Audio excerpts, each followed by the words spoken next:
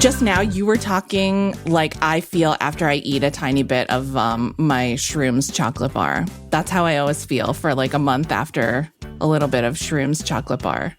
Wow. I also did do shrooms. Guys, Pearl Jam! I don't know what I'm doing, but I'm doing my best. Okay, let's start our podcast. Let's start it. Hey, guys.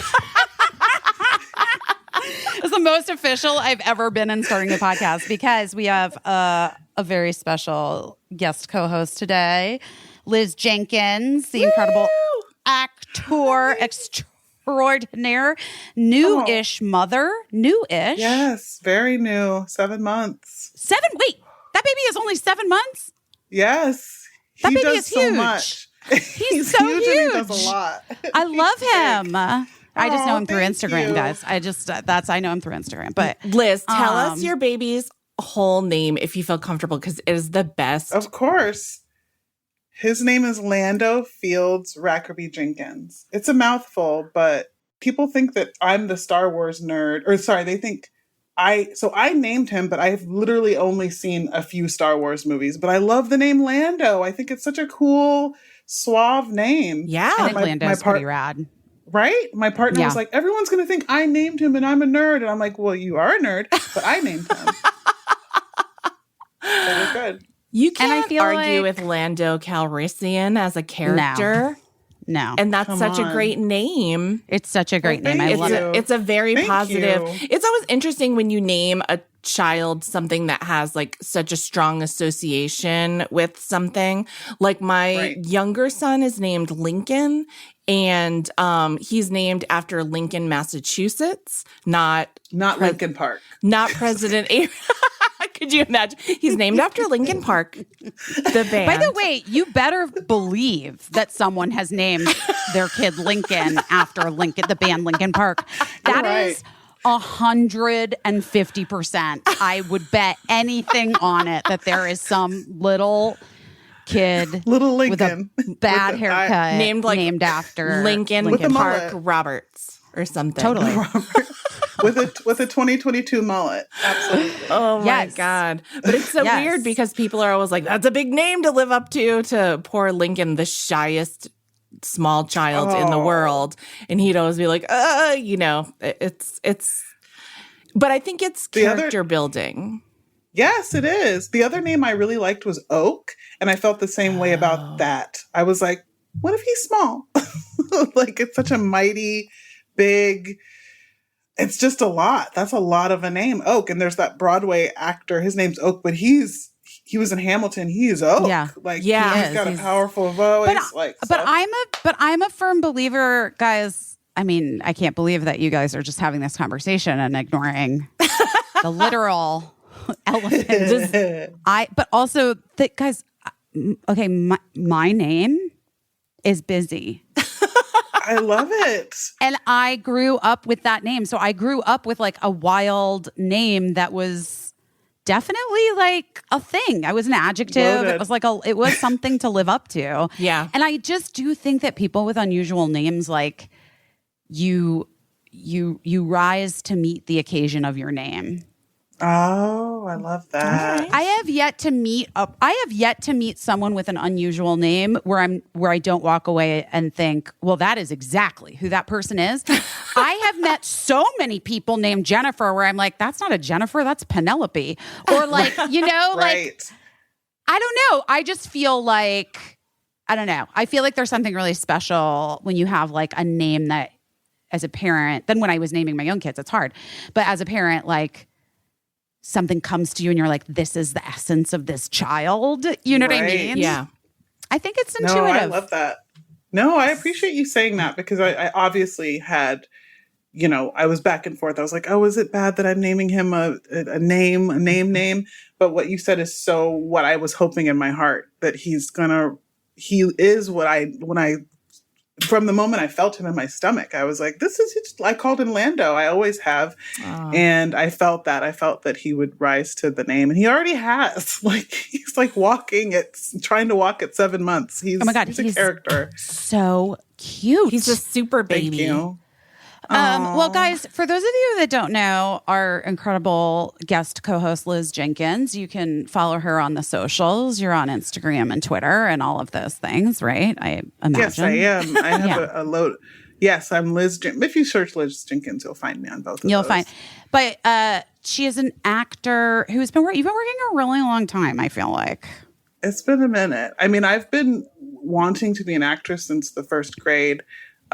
My first grade teacher, we did really? Yeah, my first grade teacher told me she was like, you're going to be an actress. And I thought that was, every time I think about it, I'm like, wow, that's kind of a huge thing for a teacher to say to a child. You know, to put any career on a kid. Yeah, I loved it too. And she was right. Like, and honestly, it's like what came first, the chicken or the egg? But I just was like beelined from that moment on towards this career.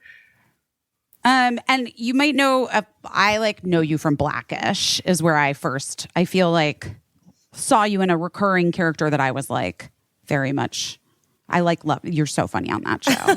But you've been on shows, you've been on so many things for a million years. I just pulled up your IMDb so I could just scroll through.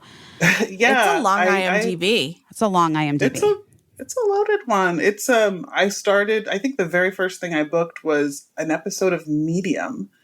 With I loved Patricia that show. Arquette and Paul Giamatti's brother. I showed up to set and I was like, that guy looks kind of like Paul Giamatti, but I know it's not Paul Giamatti. And by the end of the day, I was like, are you Paul Giamatti's brother? Like, this was before I paid any attention to a call sheet. And he was like, I am. And I forget his name, unfortunately, but it was like George Giamatti. Like, it was so clearly Paul Giamatti's brother. And the director I worked with on that was amazing, and he just kept bringing me back for things. So some of my resume is just from that same director. And then I think right before Blackish, I did American Horror Story, which was wild. And then I did Blackish and have been chilling on that show for the rest of its run. How was that? Was it great? Blackish? Yeah, like just to work on that show. It was incredible. The funny story about how I got Blackish is I was working on American Horror Story and I got the audition, and my agent at the time was like, oh, you're busy. You don't have time to do this Blackish audition. And I was like, oh, no. I am not busy. This is a guest star. This is going to go away. I was like, I would love to do it. And this was before everyone was self-taping. And they were like, well, it's the day you're on set. And I was like, well, can you ask them if they'll see a tape? And she was like, I guess. And they asked. And of course they were like, sure, you can see a tape. I sent in a tape. I booked it. It was just a co-star. And I went to set and I was like, oh, everybody's improvising. I have like a lot of improv experience. And I was like, maybe I can improv too. So I improvised with the kiddos and they, loved it. The writer of that episode, her name's Lindsay Shockley. She created the character and she came up to me and she was like, keep doing that. That's very funny. And I kept doing it. And then like literally that next week, they're like, we wrote your character into the next episode. So can you come back? And I was like, sure. And mind you, I was playing a substitute teacher in that first episode. So I was like, how are they going to justify this? And then eventually the substitute became the regular teacher. And then she became the principal of the school. Yeah, that happens. But you made your own role and you got promoted twice within it. I have to say that is like, but Liz, it's such a good reminder that when you are doing any job, the best thing you can, whether you're an actor or whatever, the best thing you can do is like lean into your own strengths and be like, I got this. I can do this. And you just did it. And you were just so you, and they loved it. I love that. That's great. No, you're absolutely right. And honestly, that's such a scary thing to do on set. I don't know if obviously you guys understand this, but a lot of people I don't think understand how scary it can be when you're not a series regular and you go to set. Liz, it's the hardest job in the world. I always say that, and I say it to people who come to do like guest star or like a one scene co-star on any show that I'm on. I'm like, I just want you to know what you're doing great. And what you're doing right now is the hardest thing of all time. Because essentially, guys, like Hollywood break, you have to you have to walk onto a set that you don't know everybody. I mean, probably you maybe don't know anyone at all. If you're lucky, you know one or two people. And the focus is always like the main characters, right? So like you're just there to service the script and not fuck up. Right. Because you got to like let the main actors do their process, fuck up, have their blah, blah, blah, blah, whatever. So you have to be like great. Just perfect. And it's just a lot of pressure. Like it feels like a lot of pressure when you're an actor coming in to do just one scene or two scenes. And by the way, I didn't really know this. Because my first show was Freaks and Geeks, which I was like on, and I started when I was a kid, right? And then when I was on Cougar Town, James Vanderbeek called and asked if I would come and do one scene on the B in Apartment 23. And I was like, yeah, of course. That would be so fun. And I walked onto that set and I was like, oh shit, this is terrifying. Like, what if I'm bad? What if they hate me? What if they're all disappointed that I just had the whole spiral. And from that moment on, anytime anyone comes onto the show, I'm like, I love you so much. And you're beautiful. And you have a secret and you're going to keep it. And then you're going to do the best job ever. But like, I've given more fucking pep talks because I just feel how hard that job is. To succeed in that moment is incredible. Well, really as speaks someone to you. I appreciate it. And as someone who's living in that world right this moment, I cannot thank you enough, because having someone like a regular come up to you and say anything like that would automatically like, you could take a deep breath and make things could be a little easier. I'm sorry. I don't know if you can hear my child crying. Just let me know and I can mute it for a second. We love him. Just mute that child. No, of course, Liz, come on. By the way, first of all, the baby crying is way less distracting than Caissie's dogs when they get going. They're insane. There's sirens here. I have a bug infestation on my balcony of the spotted lanternfly. We haven't even talked about it. It's so disgusting. I what happened? Want to vomit. It's those gnats? spotted lanternflies that they're like are invading New York, and they tell you to kill them if you see them. Yeah, they make a real big mess. It's disgusting when you smash guys. them. Yeah, and they also were like flying at my face yesterday when I was trying to kill them. Yeah, they knew. And they knew, and I was like screaming, and Gina, my dog, was really upset. And then I picked up Cricket from school, and we were walking back, and they're an invasive species that came over on a shipping container. Don't they always? Those invasive species. Oh my God, you're right, because that's why we have these ankle biter mosquitoes in LA. Yes. I know. Yeah. Came over on a shipping container. So anyway, the spotted lanternfly, shipping container, and they're like, it's invasive, and they like procreate like crazy. You have to kill them. Like, this is like the New York City government, or like New York state government. The government told us to kill these fucking flies. They're not flies. They're like big beetles, and they're kind of pretty. They look like they're like red with spots on them. They are pretty. They have inside. style. They remind me of the aesthetic of 101 Dalmatians. Yeah, they're like they're like that mixed with like a ladybug, but like giant. Yeah. Yikes. And they make a mess when you squish them. It sucks. I don't like killing them. I have to be honest. But Cricket was stomping on one, and this man was crossing the street, and he's like, that is God's creature. And I was like, sir, I don't know if you've seen the news, but it's an invasive species. Sir, I'm just doing what the government said. And that never goes wrong. Right. Anyway. Yeah, I'm surprised are they not doing something like vector control in New York, or is it just not working? No, it's just fully stomp. It's on the citizens. A citizen stomping campaign. Wait, but apparently they were in Philly last year, and people have written to me on Instagram and stuff, on DMs, like, oh, we spent all last fall killing them in Philly and I was like, what? Also, can't they figure this out? What's happening? I feel like the citizens of Philly are always dying to kill. So, oh my God, Caissie. So they effectively eradicated the lantern flies. Or I wonder if there were like, I keep thinking of, there's got to be someone that just has made this their job. That they wake up in the morning in New York, they suit up, they have a little swatter or something, and they're going around and like doing their part. Because there's always that person. They're kind of hard to kill. Really? Ugh, they jump away from you, and then they fly at your face. Yeah, but they don't sting, which is like, I got to be honest, but they do destroy trees and stuff. Right, right. No, they destroy they're like destroying things. What if you put something like a big sticky thing down on your balcony? Caissie? Yeah. Caissie, I asked Blake to get some, what's it called? Not packing tape. Contact paper? No, well, that would work too. No, like what's that packing tape that's like? Masking tape? Oh my God. Duct tape. Oh, duct tape. Yeah. I asked for him to get some duct tape because I was going to put it down on the railing of my balcony. Okay. But then that's that's where they gross. land. It is gross, but I mean, like, what are you going to do? You want to squash the bugs. You want to do as well as Philly did, getting rid of the bugs, and they jump away from you. I think that you're right. I think that the answer is fly paper or like sticky paper or something. Yeah. The problem was yesterday, so Gina's not here today because yesterday, Gina loves, Caissie, Gina loves going out on that balcony. Right. And yesterday it was just like a whole scene and she was getting so upset about it and getting upset about the bugs. And I was just like, I can't deal with this.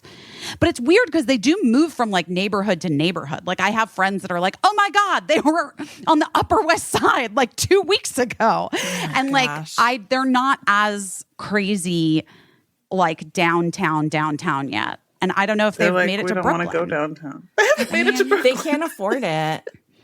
They can't afford it. They're looking for a neighborhood where they can afford to settle. They're just trying to settle in. Settle down, put some roofs down. Listen, if there weren't so many of them. If it was just like a couple.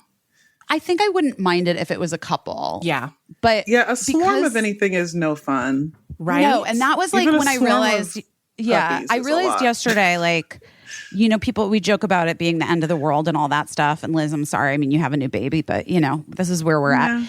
Well, it only has to last like 100 more years for him. And then. Right. He'll be fine. But like, it really was the realization that I had that when the like plague of locusts come or whatever, I'm done. I'm out. Like, I don't make it through that part. You know what I mean? Part. Like I thought that I would be like a real apocalypse survivor. Right. Same. Because I'm really tough sometimes. And I can really I like being fancy and I like having nice things. Yeah. Like air conditioning. Yeah. But like I can fucking do it, Like I can do it. But then I realized I can't. I don't think I can with the bugs. Oh, the bugs. You're like, if you were on The Walking Dead, you'd be like, I'd been out before season 1. You'd have been out. I was out. Yeah, I would be out. I'd be out. I couldn't do it. It kind of smells. I'm done. I'm done. I would be so suspicious in a zombie apocalypse because here's what, in every zombie apocalypse, someone gets bitten and tries to pretend like they didn't get bitten and like they're going to be the exception and not turn into a zombie. And I feel like I'd become very accusatory of my fellow survivors. Yeah. And I'd be like, I know you got bit. And I'd be making everyone show me their arms and legs all the time. And I feel like that's not a healthy relationship with people that you're trying to get through an apocalypse with. No. I'm also sad that character didn't exist on the show because I would have liked to have seen that play out on television. Just the very accusatory. Show me! I know you're keeping it from me. But I agree with you. The bugs, I'm the same way. I was a Girl Scout. I went camping. I could rough it up, but too many bugs. Like we had ants, like simple sugar ants. And I was like, let's move. Yeah. The ants are so bad this impossible year. In LA. This year, they're really bad because they're all, I guess I'm told they're looking for water. So I keep finding them in my tub. And I'm not a big ant fan, even though they're very tiny. And they don't bite, one is apparently, a fan of these ants. little sugar ants. No, me neither. It's like one of the insects that I'm like, I will kill en masse and not even blink an eye. Not bat an eye. Because the other day it's because I think we also have a baby. So there's like little stickies everywhere now. Like when we're feeding him, you just can't keep the kitchen clean. And the other day there were so many on like the smallest piece of watermelon, like hundreds of ants. And I felt for them. They must have been hungry, but they all died a vicious death of soap and vinegar. I felt for them. And then they were dead.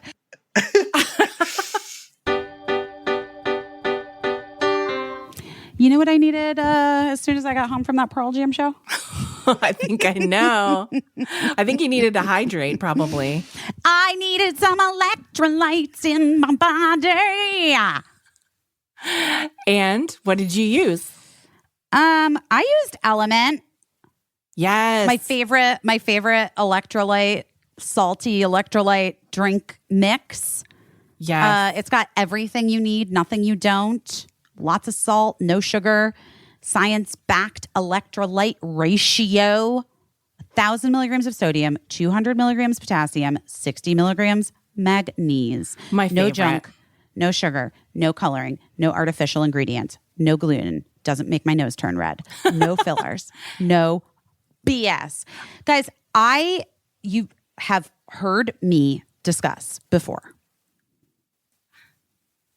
the importance of the electrolyte. Yes. Your body just doesn't work without them. It's really everything. It can help and prevent and eliminate headaches, muscle cramps, fatigue, sleeplessness, other common symptoms of electrolyte deficiency that I can't think of right now, but other things. It helps with conduction of nerve impulses, your hormone regulation, nutrient absorption, and the fluid balance, which you need for, your brain and your heart to work properly. I mean, you need it all. Yeah.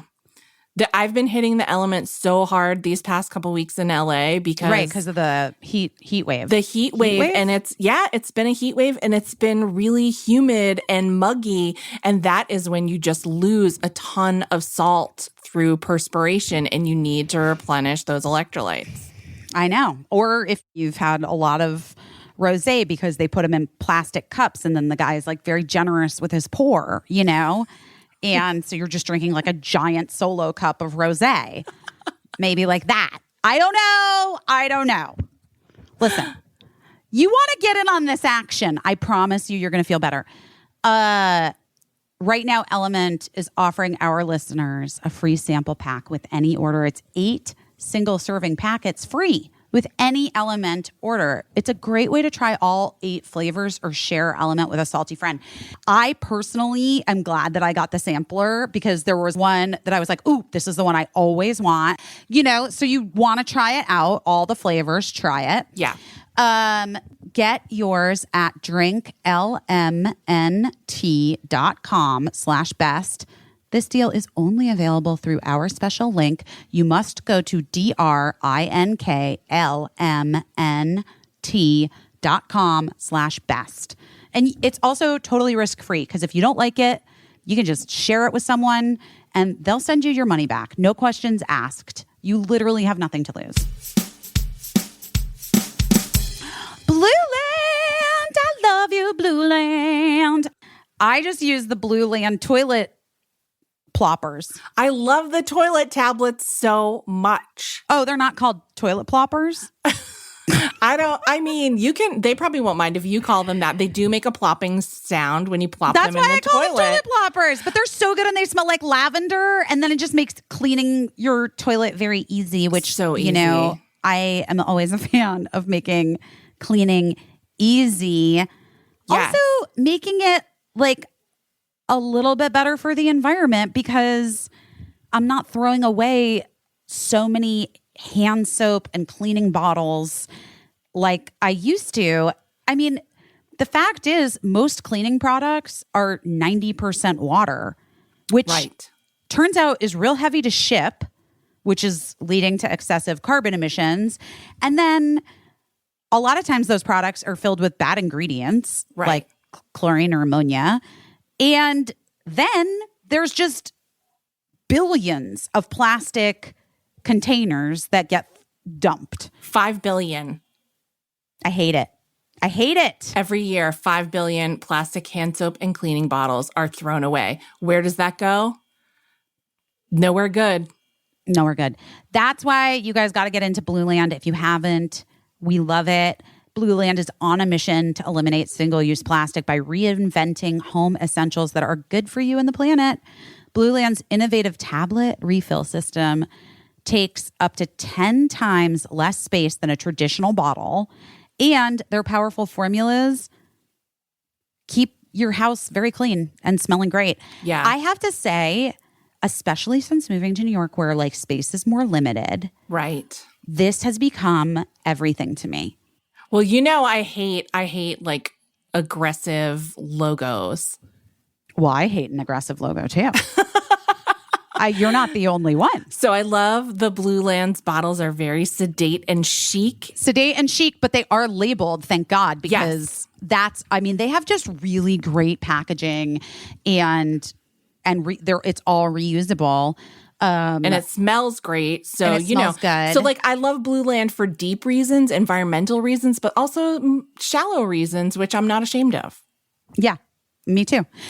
I think you guys should try their Clean Essentials Kit. It has everything you need to get started. Blue Land products come in refreshing signature scents like iris agave, fresh lemon, eucalyptus mint. And for a limited time, their hand soap is getting a summer upgrade with 3 refreshing new scents. Strawberry rhubarb, citrus patchouli, which was my favorite, and coconut palm. Get into it. So good. Right now, you can get 15% off your first order when you go to blueland.com/best. That's 15% off your first order of any Blue Land products at blueland.com/best. Blueland.com/best. Guys, I have to just get this out of the way because I want people to understand. Lindsey Graham just introduced essentially like their plan, which is that they want to ban abortion after 15 weeks. And he is wrongly and inappropriately calling it a late abortion ban, which is like fucking nuts of him. But I mean, the whole thing is insane because like literally 2 months ago, he was like, it should be up to the states. It should be up to the states. We're not going for a nationwide ban. And everybody that I work with in this space was like, yes, they are actually. That's next. And other people are like, don't overreact. It should be up to the states. Maybe it should be up to the states, which it shouldn't. But, well, here we go. They did it. The congressional Republicans have decided that this is what they're going to do.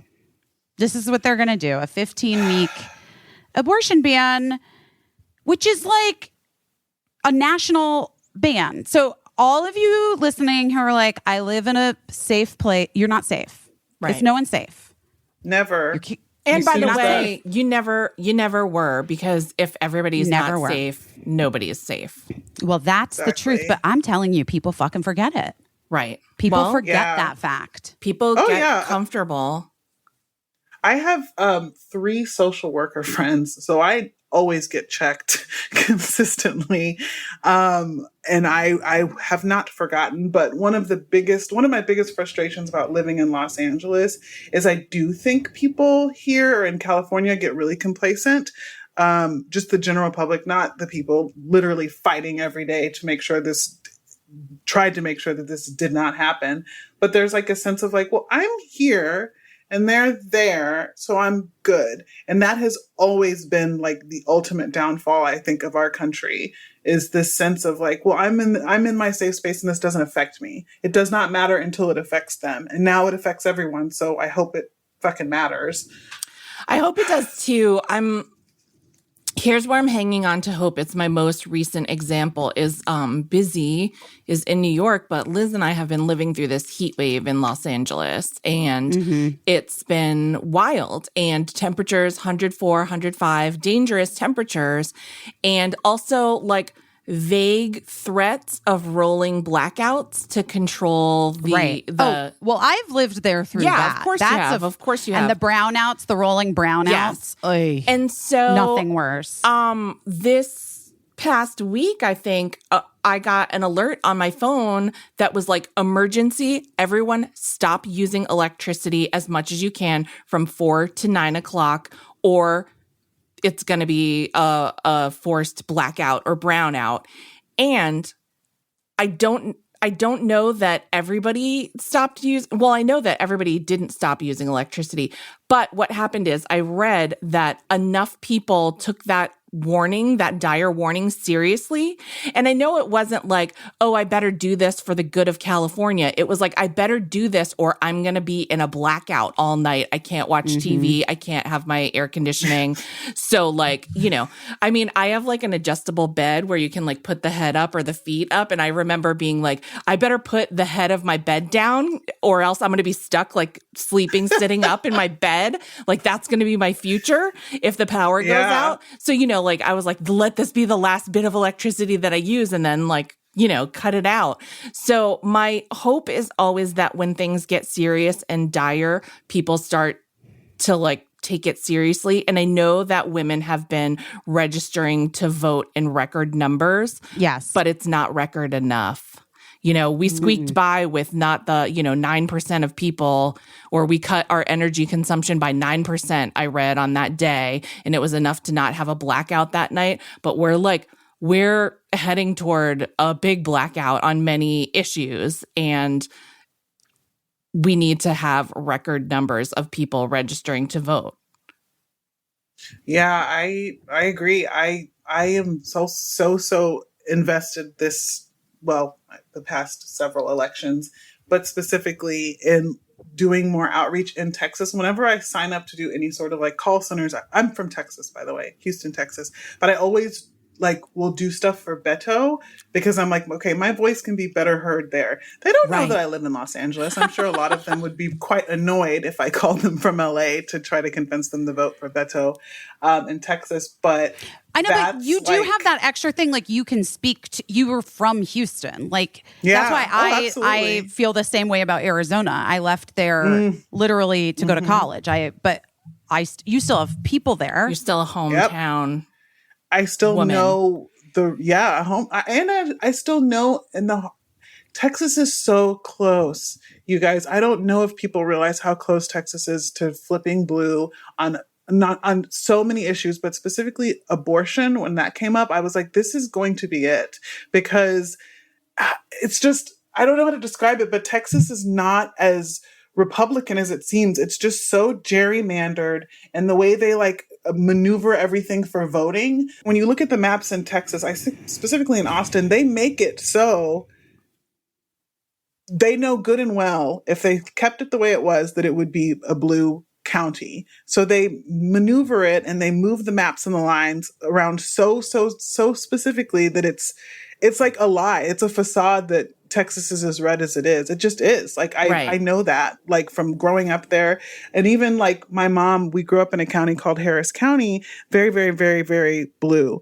And the election, the Trump Biden, my mom, I was following a case because they did drive-through voting because of COVID, but they were trying to throw out the entire county's votes, saying that drive-through voting was illegal. So there was this emergency, my mom was terrified that her vote wasn't going to be counted. There was this emergency hearing, and they won, and those votes were counted. But I was like, that's the sneaky stuff that they do to make Texas stay red, because they know it's desperation. Right. So and they're I'm always so going to curious try it. to see. They're always going to try it. Yes. It's always sneaky. And like you said, with Lindsey Graham, it has to be sneaky with them. It can't be, they can't be upfront about it, because if they were upfront about it, people would be like, now, wait a minute. Right. Wait. You said, or it's the same with the Supreme Court justices. They all swore up and down that they weren't touching Roe versus Wade. They lied. They shouldn't even be justices. They lied. I know. You shouldn't be allowed to lie and be a Supreme Court justice. I'm just going to say that. I barely lie as an actress. I can't lie about my height. Oh my God. But yeah, it just it delegitimizes the court, because what's the point of having a hearing to confirm these judges if you can't trust? What's the point? What's the point? Right. What's the point? They're just Literally, being what is the point? installed. And Period. so what's the point? All just to say that my heart is telling me that something crazy is going to happen with Texas and it's going to flip. And honestly, it should. I hope from your lips to God's from your ears. lips. Like if Beto can, if he can do it, if that guy can do it, it would be just really incredible, you know? Yeah.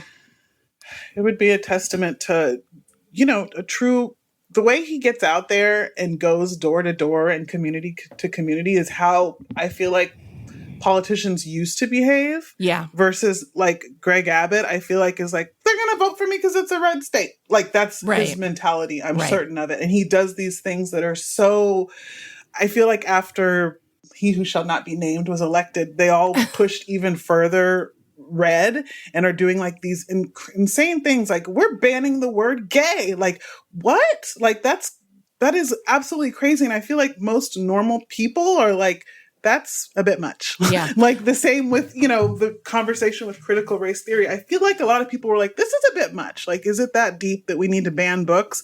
But they go further and further because they know that there is a base in the deep, deep, deep parts of Texas that are not being gerrymandered, that loves it, that eats it up. They eat it up.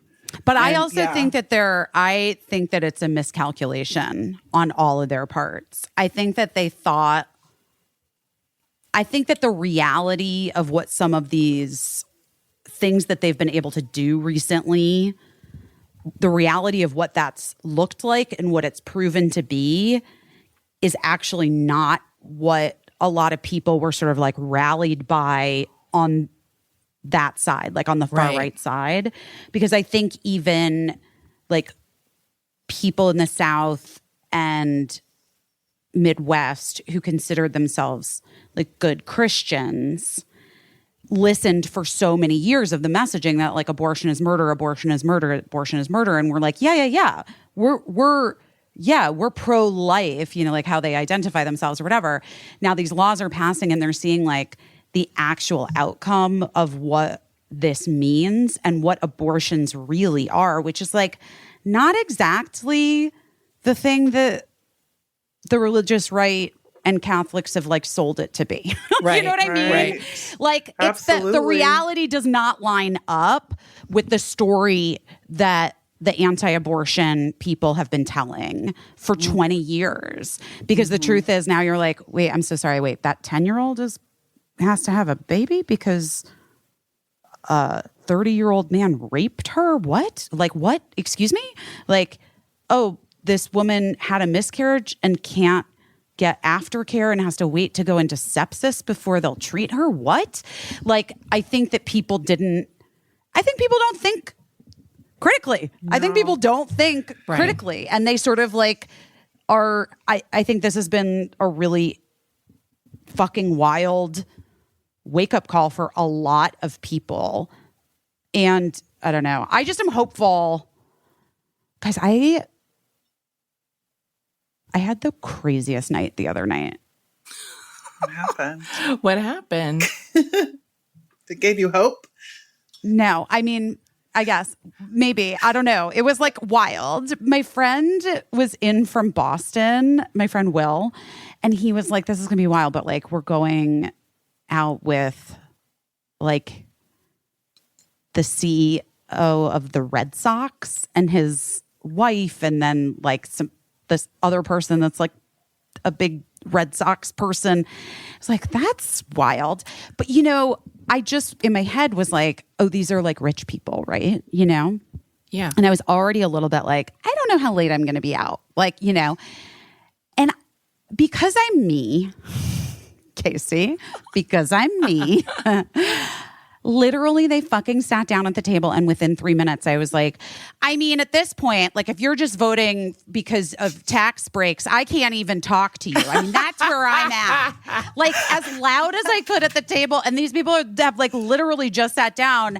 And he was like, oh, I just want you to know, no, we're super, super liberal. Like she wouldn't let me vote for a tax break. And like, we're super liberal. And I was like, oh, what a relief. And then I had the best fucking night of my life. But that's just to say that like I am at a place in my personhood, in my life where I'm like, don't waste my fucking time. Like, I'm not going to talk. Like, and I know people are like, reach across the aisle, reach to the other side. Fuck that. No, you like, did. You reached across the aisle. I mean, you know, sometimes you got to reach across the aisle to shake someone a little, you know? I'm just saying at this moment in time, like, if your priority is your tax credit, like, get the fuck out of here. I don't want to be friends with you. Bread. We're not breaking bread. I'm not reaching across any fucking aisle because I can't lead you to morality. You know what I mean? And that's where we have to be. That's it. Literally, that's where we have to be because it's gotten to the point where like our lives are on the line. Like I cannot look at you and try to reach across the aisle and when you're actively voting to kill me and my friends or to take away rights from me and my friends. It's not about taxes. It's not about your guns. It's not even about fiscally conservative. Go fuck yourself. It is about guns. But yes, it is. Yeah, it is. Right. We're at the point where if we don't do that and we let people think that we're comfortable with what they're doing, nothing's ever going to change. That's right. It's never going to change. I just feel like, I mean, I don't know. Maybe this will be inspiring to someone sitting at home right now listening to this or driving or doing their laundry or any number of the other things that they say. I just don't think that civility has like gotten us anywhere. And I mean, in terms of some of these like larger, really important things that are like affecting people's ability to live their lives freely and safely, right? You know, right? And everyone, because I have privilege, I have occasional access to people who are like, "Oh, I'm not political. I just, you know, we think about the tax." Well, that's not okay for me. Like, I'm not interested in being around that. When you're being civil, it's for the comfort of the other person. And when that person's whole entire ethos not only makes you uncomfortable, but is causing discomfort for so many other people. And then when you find out that it's just based on, let's be honest, greed, you know, that's almost, well, I was going to say that's almost worse to me. Then if you're a supervillain and you have hate in your heart for people and you go about your day and you wake up and think of new ways to attack people that you hate, okay, that's how you're spending your life. That's not great, but at least we know what we're dealing with, you know? But when someone is like, I kind of like aid and abet that supervillain guy because like I want 10% more of my money. And like I don't really agree with those things, but like I give a lot of my money to help them happen because like I just want 10% more of my money. Then that's like almost worse to me because you're a fucking accomplice to evil. And it's just over money and the amount of money that people pour back into the evil to like keep it going so that they supposedly get. I mean, I think it would be a wash at some point. I think it would be like a break even situation where you could like have as much money still if you weren't evil. So then I have to ask, like, do you really not believe it? Do you really not care about it? Or are you just washing your hands of it because that feels better to you? But when you're an accomplice, when you're driving the getaway car every fucking day, I doubt your motivations. I doubt that it's really about the taxes. I have to be honest. I think that's fair. Yeah, and it's exactly what you said about critical thinking. Because when you're the accomplice, when you're not just being the main villain, and when you're just kind of going along with what people are saying because of your one issue or your one thing, like you're really not thinking of the repercussions of what you're doing and what your vote does. Like, okay, for example, I just vote fiscally. Okay, but do you think at all about how that 10-year-old or how that woman who's forced to carry to term or whatever and it could kill her? That's life or death for them. For you, it's money and coins. For them, it's life or death. Are you thinking about that at all? And the answer is no, they're not thinking about it. Of course they're not thinking about it. But also not thinking, like, if you have a big corporation, like, all you should want is like a happy, healthy populace in your country that will continue to be customers of your big, dumb corporation, you know? But that means that you should want people to have health care so that they can work for your company happily and healthily, and so that they can be productive members of society who can earn a comfortable living and order things off your website if that's how you made your billions of dollars. But people just don't think about how we all have to contribute to like the health and happiness and liberty of the country. So it's like, it's even more short-sighted than just thinking about like, oh, I'm actually doing evil day to day. Like I'm funding and subsidizing evil, but you're actually also shooting yourself with your gun in the foot for the future. Like we should want the fucking planet to exist if you want your website to keep selling people, you know, whatever the fuck we all order off of there. Sucks. I feel like the one thing well, not the one thing, but one of the many sad realities that I took away from the pandemic is how people will put greed above everything else and all things. Like even just down to like doing our grocery shopping. I'm like, wow, the cost of things are not only a little bit more, they're like doubled. And there's no reason for it. Like, I think at the beginning, some of it was like, oh, well, it's COVID and we don't have access to these things and shipping. But now we know that it's these big CEOs that are like, we need to keep making money, actually. We need to lay people off and we need to raise the cost. Like, we need to keep making those big bucks that we made during the pandemic. And it's like, no, like, we're all struggling because of the pandemic. Like, the common, like, middle-class person is really struggling. No, everyone's struggling, but absolutely the middle class is struggling. And you're hiking up the cost of things, not even realizing that, like, the next level of that is starvation. So then they're not going to be going to your store at all. Like if they can't afford the groceries, they're not going to go to the store. Like make it make sense why they are. It's just greed. It's honestly greed. And I think about, of course you went to that dinner and you were like, I'm not about to sit here and like joke around with these people. I need to know right the fuck now. I swear it's so, I mean, I was just like, okay, these are like, I need to know. I need to fucking know because like if I had gotten a different kind of response, I mean, first of all, we were going to a Pearl Jam concert. Okay. So already I guess I probably could have known just because, you know, Eddie Vedder's so outspoken about all kinds of political things. But you do never know. It always surprises me. Wait, but can I tell you what happened later that night? What happened? I like literally was like, am I best friends with the CEO and his wife of the Red Sox? Like I like had like the best fucking time.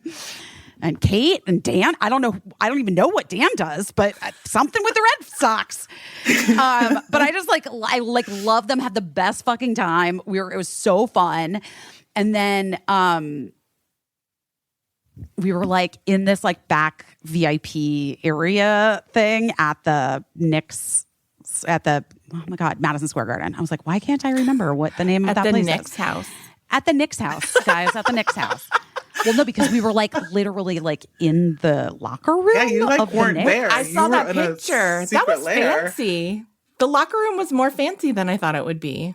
I was surprised myself. They were all like, because they're baseball people, I don't know, they were like, this is smaller than I thought it would be. I was like, what are you guys talking about? Like they have, I guess, sports.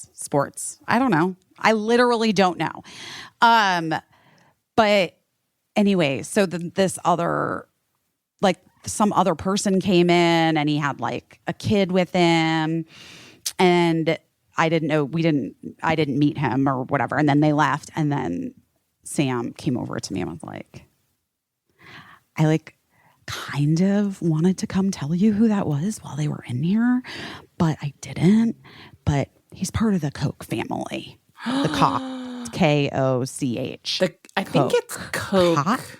Koch. But they are Kochs. Pronounced it Koch, but it's Koch. You know, it's like the most evil family. Like it's like the most evil, right? Yeah, I mean, I think some of them are evil and then like one of them is not. Is that true? Maybe it's the one that wasn't. I don't know. Is it true? There's always Well, gotta he be the wasn't one old. that's- He was young. Like he must be like one of their kids or something, but he had like a kid with him. Also, I don't know. I don't know what I would have said if I had met him.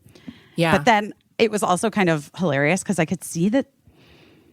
I hope I'm not putting him on blast because I don't know what his deal is. But I really loved him. Is all I'm saying. Okay. And his wife. I really adored them. Oh, the Red Sox. Yeah, because I don't want to. I don't know if I'm like putting them That's on like their blast, best putting him on friend. blast, Mr. and Mrs. Red Sox. because what it felt like to me was that almost like he kind of wanted to tell me because I think he was a little bit like maybe she will say something. Do you know what I mean? Like if we see him again, like You thought he would go like full Andy Cohen? what And that try I to would go full. He was trying to stir some shit. I mean, I guess I am the Andy Cohen of that night. I was, I guess, the Andy Cohen of that night. Yeah, it's so wild. Like, I don't know. I just want to I don't know. confirm that there is one good Koch brother. The eldest brother, Frederick, has led a notoriously private yet opulent life as an art collector and philanthropist. That's what I'm reading in Vanity Fair. Oh, he died, though. Wait, I'm sorry. The good one died? The good one died in 2020, of course. Dang. If I was somehow born into a family like that, I would hope that, who knows, but I would really hope that at the end of the day, I would be that one, I'm trying to think of, I'm thinking of the show Succession, and I'm like, is there a good one? No. Right. No. So I'm like, I probably wouldn't be good. It's just like you're born into this evil and you just gobble it up. There's that, for some reason, this movie comes to mind. I don't know if you guys do horror movies, but it's like this rich family. And in order to like marry into the rich family, you have to play this game where they all like hunt you or something. And if you, do you know what I'm talking about? It's like with Samira Weaving, I think is her name. And it was like the movie that didn't come out because it was like right after a shooting. And so they like put it on hold, like right after a mass shooting, which by the way, there've been 4 billion. And then they just kind of quietly released it. Huh. You know what I'm talking about? And Ike Because now I need Barinholtz to is in it remember. too. Oh, Ike, no. Okay. I Ike's know in which it. one you're talking about. I found him. His name is, I think this was Chase Cook. Also, how frustrating that you're like an evil, it's actually sort of like written perfectly. Like that you're a supervillain and no one knows how to pronounce your last name. And they're like, Cock? Is it Is Koch? it Coch? Koch or Coach? Koch? Coach? Coach? Coach. I think that's who isn't it was. Sorry to keep bringing up Succession, but aren't they loosely based on that family? Yes, I think so. Oh, yeah, probably. Yeah. Probably. So that's why probably there's no good one. taking a lot of details from a lot of pharma families and everything, I'm guessing. But what you were just saying about that movie reminded me of, because they did this thing where on Succession where Logan Succession, what's his last name? Logan Roy. Logan made them play a game called Boar on the Floor, where they all acted like hogs on the floor, and they all did it, and it was humiliating. And I love that show, you guys. It's also, and Keenan made a joke at the Emmys that there were no black people in it, and I was like, thank God there are no black people in that show. That, I feel like some shows I'm like, I enjoy it because there are no black people being traumatized in it, because they would be traumatized in that world. yes, and I appreciate everyone in them the not show being is in it. everyone in the show is a bad guy. Yeah, I'm I'm cool with there not being a single brown person in that show. Well, there's a brown person, but not any black people. I'm like, I'm good. If I got an audition for that, I'd be like, thank you, but I don't know. I don't want to. Logan's gonna call do me that the to N-word. myself. Yeah, exactly. I'd be the boar on the floor. I'm certain of it. You guys, I know it's obnoxious to research on the fly, but Frederick Koch, the one, I don't know how good he was, but he wasn't two of the brothers out of 4 bankrolled the right wing conservative movement in the United States. correct. But Frederick, the one that I was saying was good, he was the subject of his brother's anti-gay blackmail plot.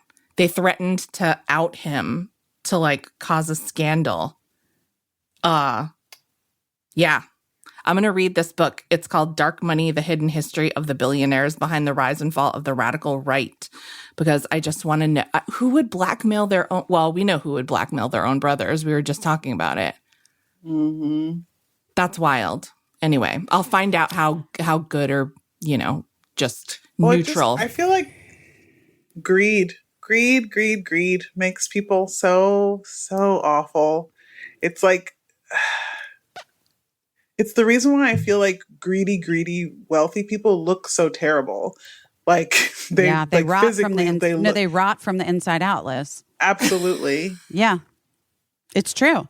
Their outsides catch up with their insides, and their insides are rotten, and then they literally start melting. Yeah.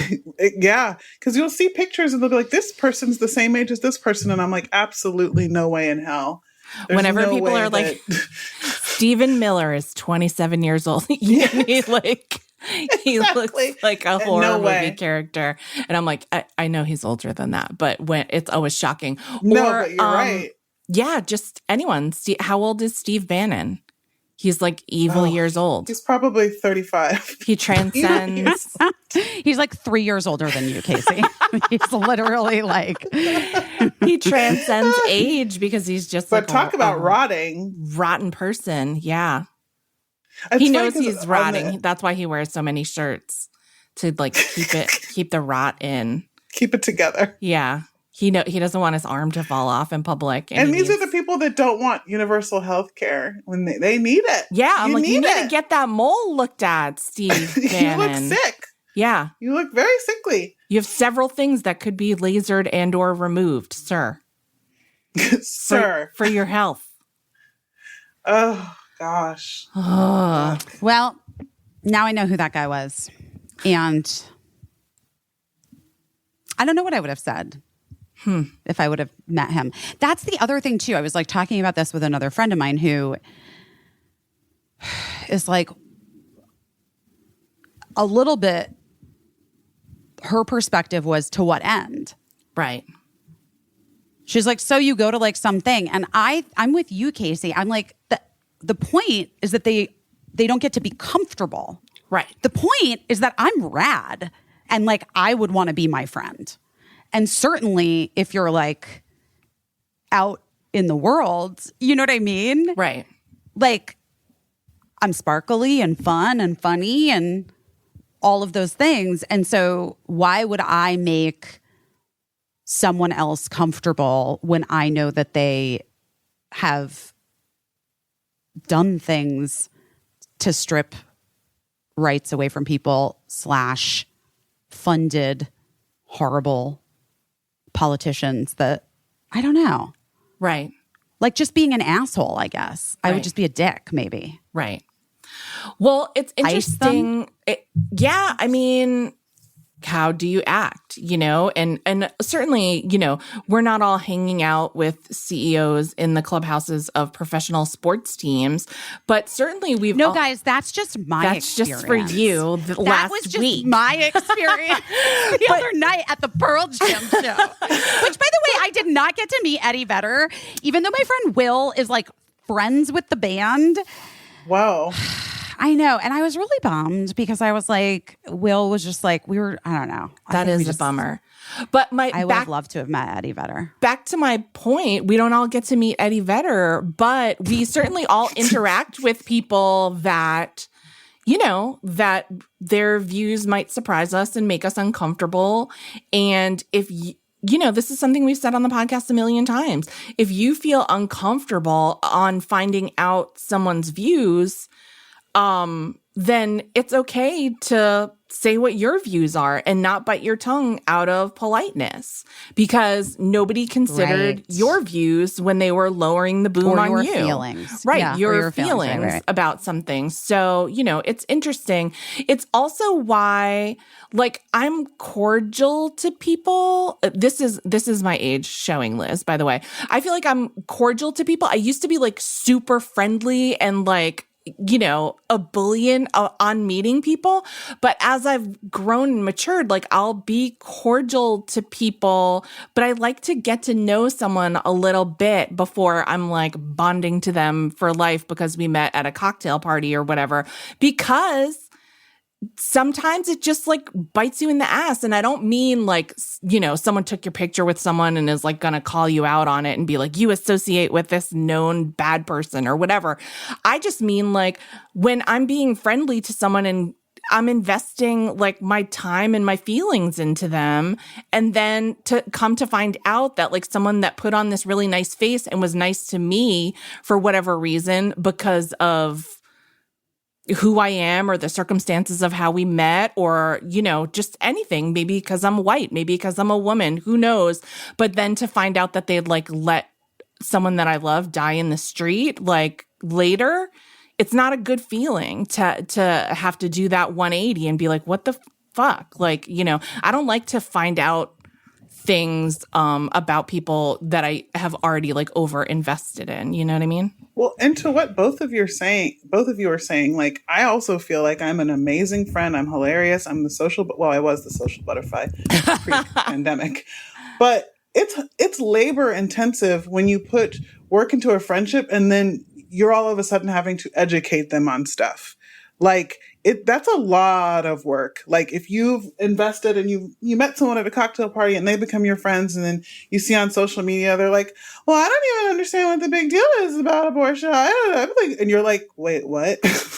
Now I have to educate you because we've already established a friendship. It's either I cut you off or I have to now educate you and put the labor into you. And you're probably going to push back because that's what you do. Like, it's work. It's a lot of work. And so I'm the same way. Like, I've actually my circle has gotten very small. I lost a lot of friends. Well, not a lot of friends, but I lost some friends after George Floyd's passing because I was like, who's stepping up?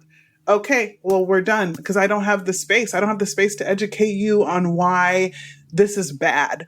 Right. I don't have the time to tell you why all lives matter is an absolutely ridiculously racist statement. I just don't have the time or the patience, and it's too much work.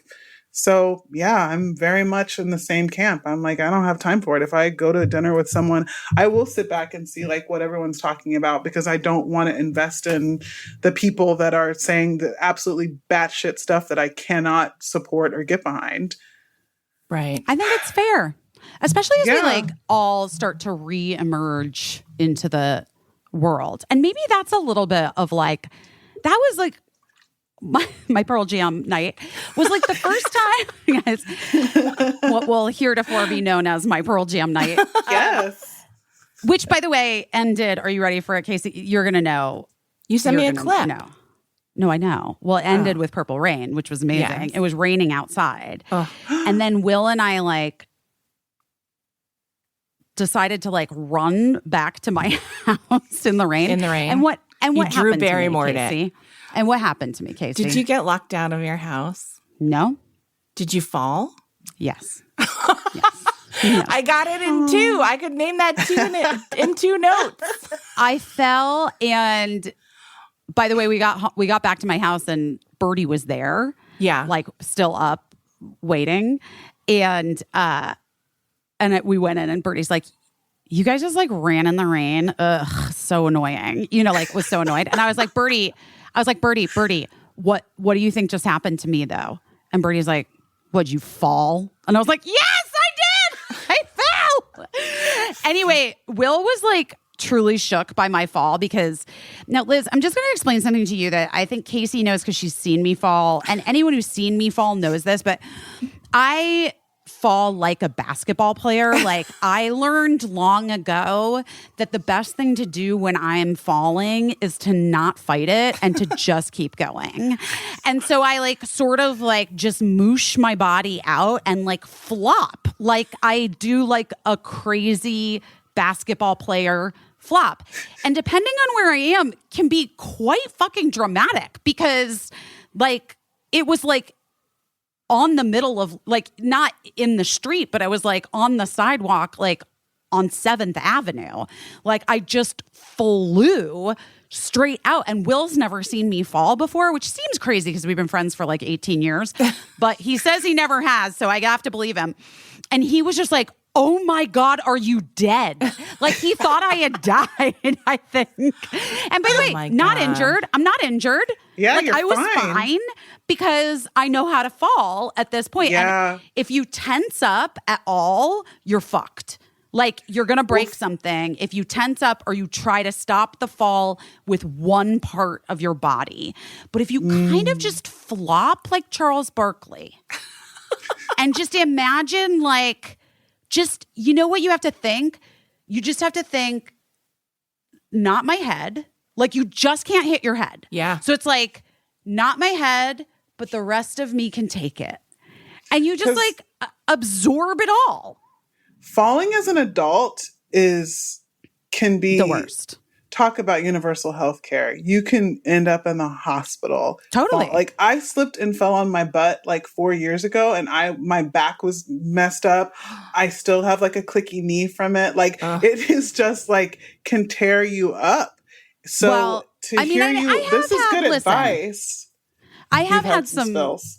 I've had some things like that have happened in some of my falls, but I will say that I do think it's like I have learned, and I do think it's a good strategy that you kind of just have to go with it. And it was really funny. And I was like, thought it was amazing. Like how I splayed out and like, and how did you just get right back I up? was. Yeah. I could get right back up. I mean, that is, I'm going to take that advice because I have like a fear of falling now from when I fell like 4 years ago. And I'm telling you, all I did was slip on my bum. Having a baby, I'm seeing what you're doing describes like how babies fall. Like they're very just like, because you spread out the like surface contact, you know?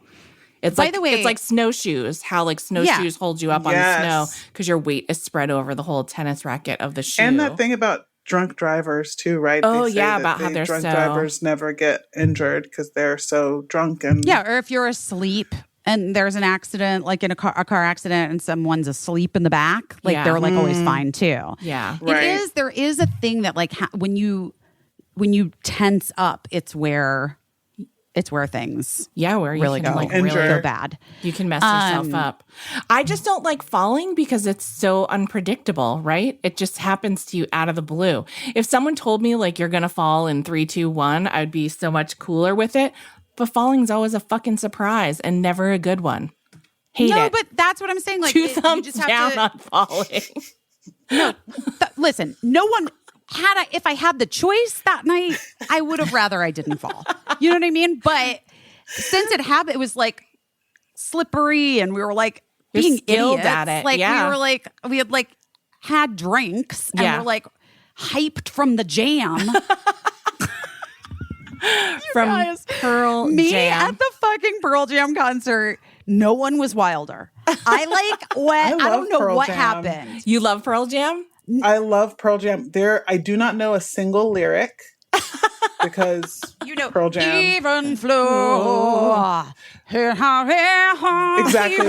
Butterflies. Exactly. Yeah, butterflies. Yes. Don't call me butter. Like I just make up. Yeah, they played that. They played that. Don't call me butter. Don't call me butter. Not Mentea. Not Mentea. You guys, I literally cannot tell you the last time I listened to Pearl Jam. Like maybe 1997. Like I don't know. I knew like some of the other songs just because like they're like one of the biggest rock. Oh, they have one of the biggest time. acts of all time. I guess I didn't think of that. For sure. But they like really killed it in such a way that I was like,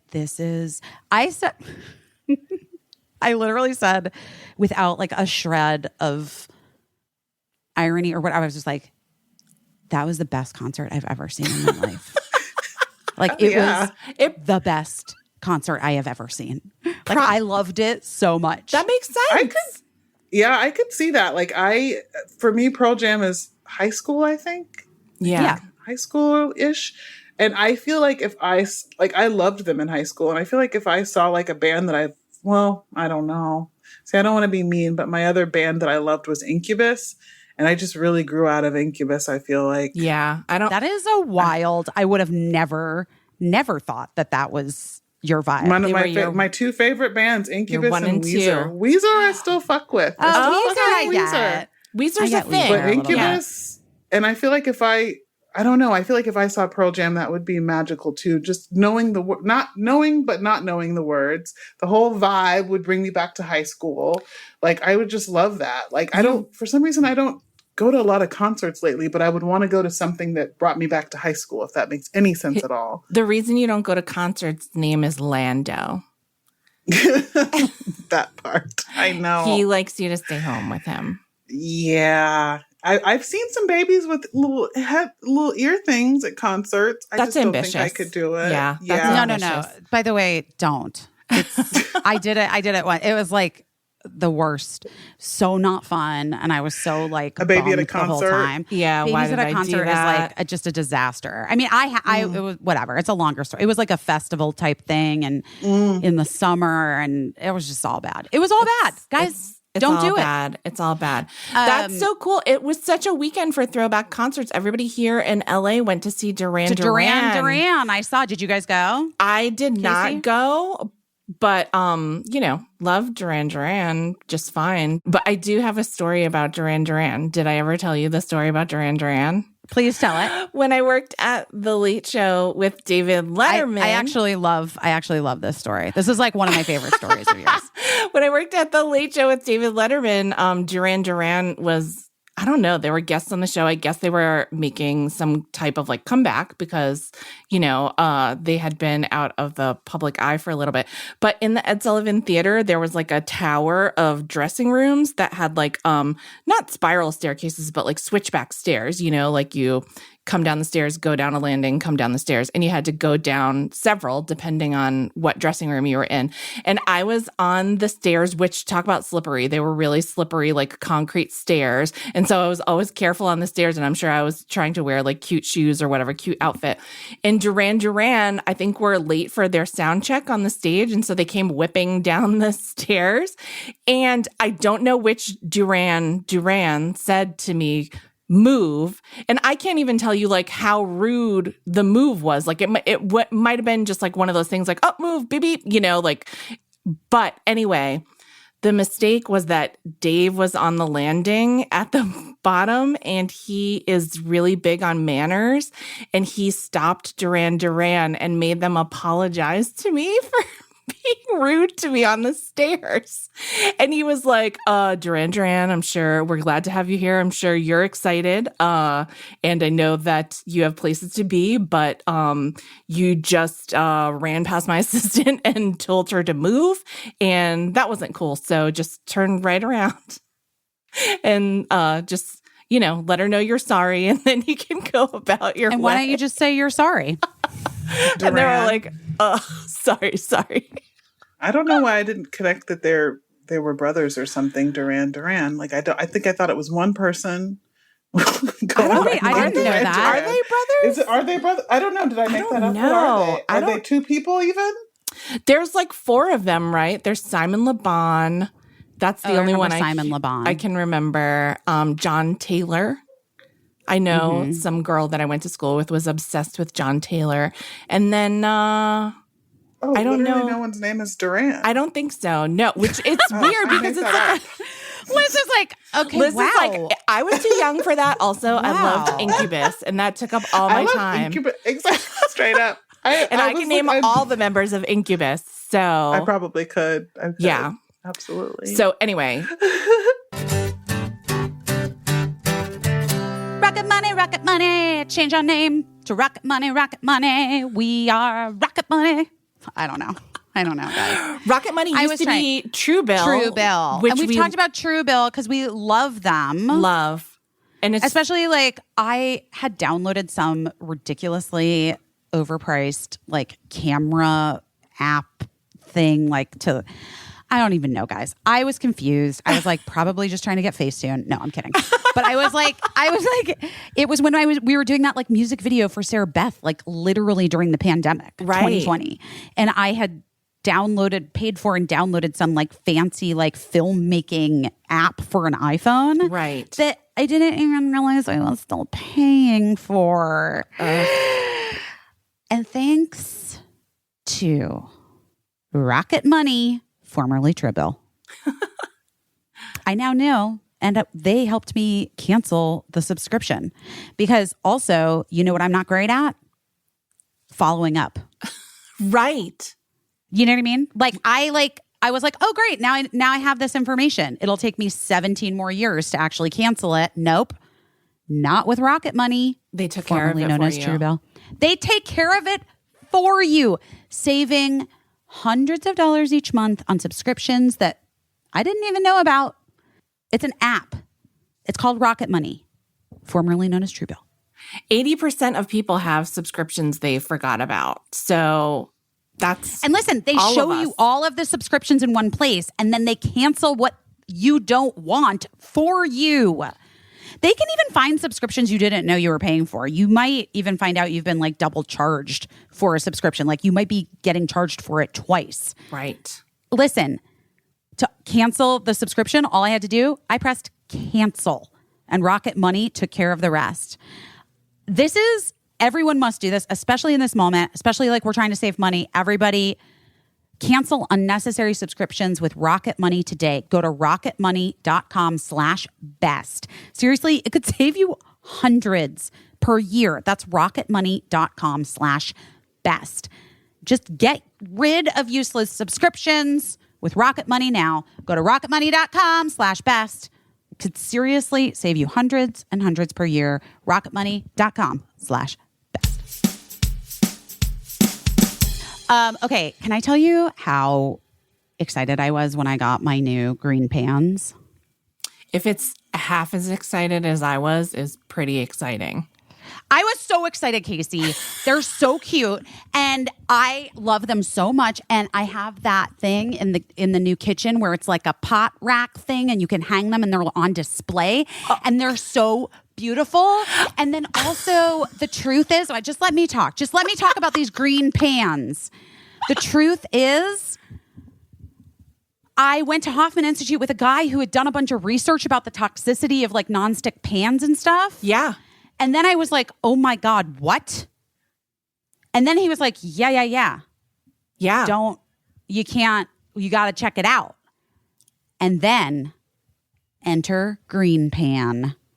So in 2007, I'm going to give you backstory. The founders of Green Pan, and I'm saying Green Pan, like it's a green pan, except mine's blue. Mine's yellow. Discovered that traditional nonstick pans were made with plastic coatings that, are you ready for it, turn toxic with heat. Terrible. And that's what becomes forever chemicals. And that's like what's changing like our DNA or whatever. I don't know. I'm not a scientist. But It's doing bad stuff. We don't want it. No. They created a new alternative without forever chemicals. Green Pan was introduced to the world, and it's ceramic nonstick cookware, and they have over 150 patents to prove it. They're the leaders in creating cookware without harmful toxins. It's amazing.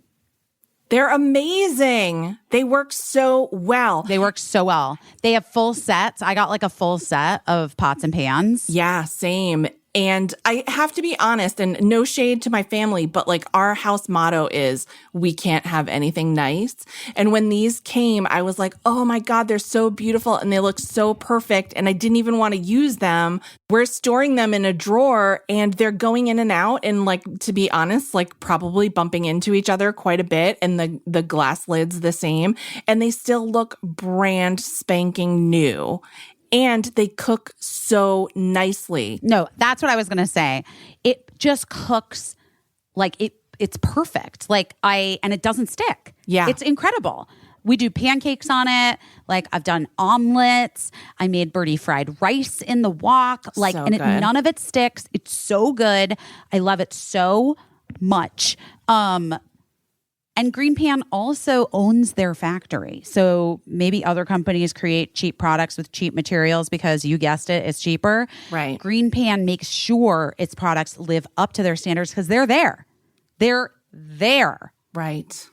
Anyway, guys, healthy cooking is about more than just the food you make. It's the products you cook with and in as well. And right now, Green Pan has an exclusive offer for Doing Her Best listeners. If you go to greenpan.us and use promo code BEST, you'll receive 30% off your entire order. What? Plus free shipping on orders over $99. Whether you're like interested in just trying out one pan or getting a whole set, that's what I did. Same. It's 30% off. So head to greenpan.us and use our promo code BEST. It was such a like throwback weekend for music, and then it was such a like a pop culture weekend because of all the Emmy stuff. The Emmys. Did you watch the Emmys, Biz? Yes. Well, no. Kind of. Clips. I watched like part of it. I really, I'm a huge Keenan fan, right? Keenan Thompson. Yes, love Keenan. The Emmys, I'm just telling the people at home. Yeah. Listening, they might not, that you've been a long time Keenan fan. If you don't know that I'm a long time Keenan fan, I like him as a human, but I have enjoyed him since, Good Burger days, but also just like always loved him on SNL. Like I really just feel like he has always been Mighty Ducks. Yes. Oh, I never saw that. I watched him on All That. I loved Mighty Ducks. Yeah, like but that was good. That was where Good Burger was, right? Yeah, yeah. All that. But then, that's what I meant. I meant all that, guys. Yeah. I meant all that. I just said the wrong name. But I love Keenan. So I wanted to see I always like to watch the opening, Yeah. I thought that dancing thing was so weird. I was like, what is this? Like, why are they doing this? Like, didn't you think it was weird? I thought they were doing it because of TikTok. But honestly, everything that makes me feel old, I'm like, is this because of TikTok? If you never saw it before, you automatically attribute it to TikTok. I assumed it was a TikTok thing. I don't know. Maybe they were just like, Keenan was like, I don't want to do the same thing everybody does. We're just going to do something different. You know what, Liz? It didn't even occur to me that they were doing it because of TikTok. I literally was just like, what are these dances to like techno versions of theme songs that belong in the public domain? You know what I mean? Because it's like, obviously it's theme songs that like, that they could get the rights to. So it has to be like things that like are in the public domain at this point or something, or that NBC or Universal owned. Yeah. Because that's why they started with like 7 minutes of the Friends song. Oh, right. I was like, what is this? There was some so Peacock shout outs. And I thought that he was going to do like something about there never being a black friend. Oh. Right. But he didn't. Was like, no. He just had the umbrella and he was like, I didn't even know if he was like doing a bit that he couldn't open the umbrella. I was just so confused by the opening part of it. And I have to say, like, I'm a fan of Sam J, and I thought that was like a real, also very strange choice of like how to do things. Well, it was clunky. It just didn't work. And like, I don't want to knock the writers, but there might have been a writer thing going on, because I feel like Lizzo, who I love more than anything, there was something on her teleprompter that was weird, and like she had said it and she was like, I didn't write that, but it was like, oh, it was the winner of the next award, the guy who won for Ted Lasso. She was like, and he's also considered a big girl. Like, it was like a weird joke about her body, but I'm like, she can make those jokes, but it sounded like she didn't make that joke like a writer did. So I don't know if there was like a little clunkiness with the writing. I don't want to throw the writers under the bus, but it's hard to write those shows. I was going to say, writing on an awards show is so stressful. I actually for all the times I've bitched about not working enough in the past year, I actually was like brought in to possibly write on a big award show this year. And I wound up being like, you know what? I just don't want to. Like, I pictured that day. I pictured that day running back and forth to the teleprompter and trying to okay things with celebrities. And I just was like, I just don't need it. Like, it's not, it's not enough. That's the vibe I got. I got the vibe that it was like just really hard to write for some reason. Not maybe it's because of COVID and like maybe trying to not, because it also wasn't mean. Is it the Oscars that are usually kind of mean and roasty, or is it the Emmys? No, it's the Golden Globes. Oh, it's the Golden Globes are always like kind of like they always are like, they're always trying to do something at these shows, but like, I don't know, like I hosted an award show over the weekend. You did? That Caissie wrote. You did? We wrote together. And speaking of me being like busy, it's like, can you come to New York for it? And I was like, no. I can't. I wish you would have, though. It was so. I wish you would have. I wish I would have too. I just had. It actually ended up being like a crazy. I think Caissie and I were both a little bit like, oh boy. Caissie's written for this show for many years, but it's the Daily Front Row Fashion Awards, the Fashion Media Awards, which is like actually like a big thing for during Fashion Week. Like it always is. Is it Fashion Week right now? Yeah, in New York it is. Ooh. I presented Carla Welch with an award there. Yeah, she's the best. Years ago, I got to work with her on a Lay's commercial. I'm so blessed. Yes, Tracy. She's Tracy Ellis Ross's stylist as well. Mm-hmm. And Tracy basically gifted me because she wanted her to style the commercial. And I literally was a fan of her because I know she's your stylist. She's Sarah Paulson's stylist. So I was styled by this celebrity stylist for my Lay's commercial, and it was the best fitting I've ever had in my entire life. That's sorry, amazing. I had to say that because she's so amazing. And her assistant, she's the best. I think it was her assistant at the time, was amazing as well. She always has the best assistants. Yeah, and like I don't even think I don't know if she styled a lot of plus size actresses or not, but she nailed it. Like she should, because she nailed it. She's great with like all kinds of bodies, and like honestly, she has been my stylist when I had just had honestly both my kids. So like, amazing. She knows. She's good. She's great. She does it. But anyway, so we had this. I'm going to say this. I think it's a tough room. Yes. The fashion awards, because fashion people are notoriously not effusive. Yeah. They're playing it cool. They play it cool. Yeah. Mostly because I think people don't like smiling, because I think they don't like their teeth. And they don't want to get fine lines and wrinkles. And they don't want fine lines and wrinkles. And also, it's always in the middle of their most stressful week of their lives. It's fucking fashion week, and they're just going all week. And then you have to stop in the middle, go to this award show. Right. Which the one thing I will say is that like people already know who won the awards. I think it's not a surprise. So there's not. It's like people. It's like almost like honor. Like an honor. Yeah. Yeah. So it's not stressful in that way, but I just have to. I have to imagine that most of them are sitting down for the first time in like 72 hours and just being like, let me just go to another place, Right. I know. Well, also, I feel like laughing is so like, you're just not at all aware of how you look when you're laughing. Yes. Like right. Like what you said, like laughing is very like, like you can make some pretty gnarly faces. It can be unattractive to laugh. Yeah. But I have to say, we fucking killed it. Yes, I say because Caissie was a part of it. Like, it was like, and so here's what happened though, because I was like very intimidated, and I weirdly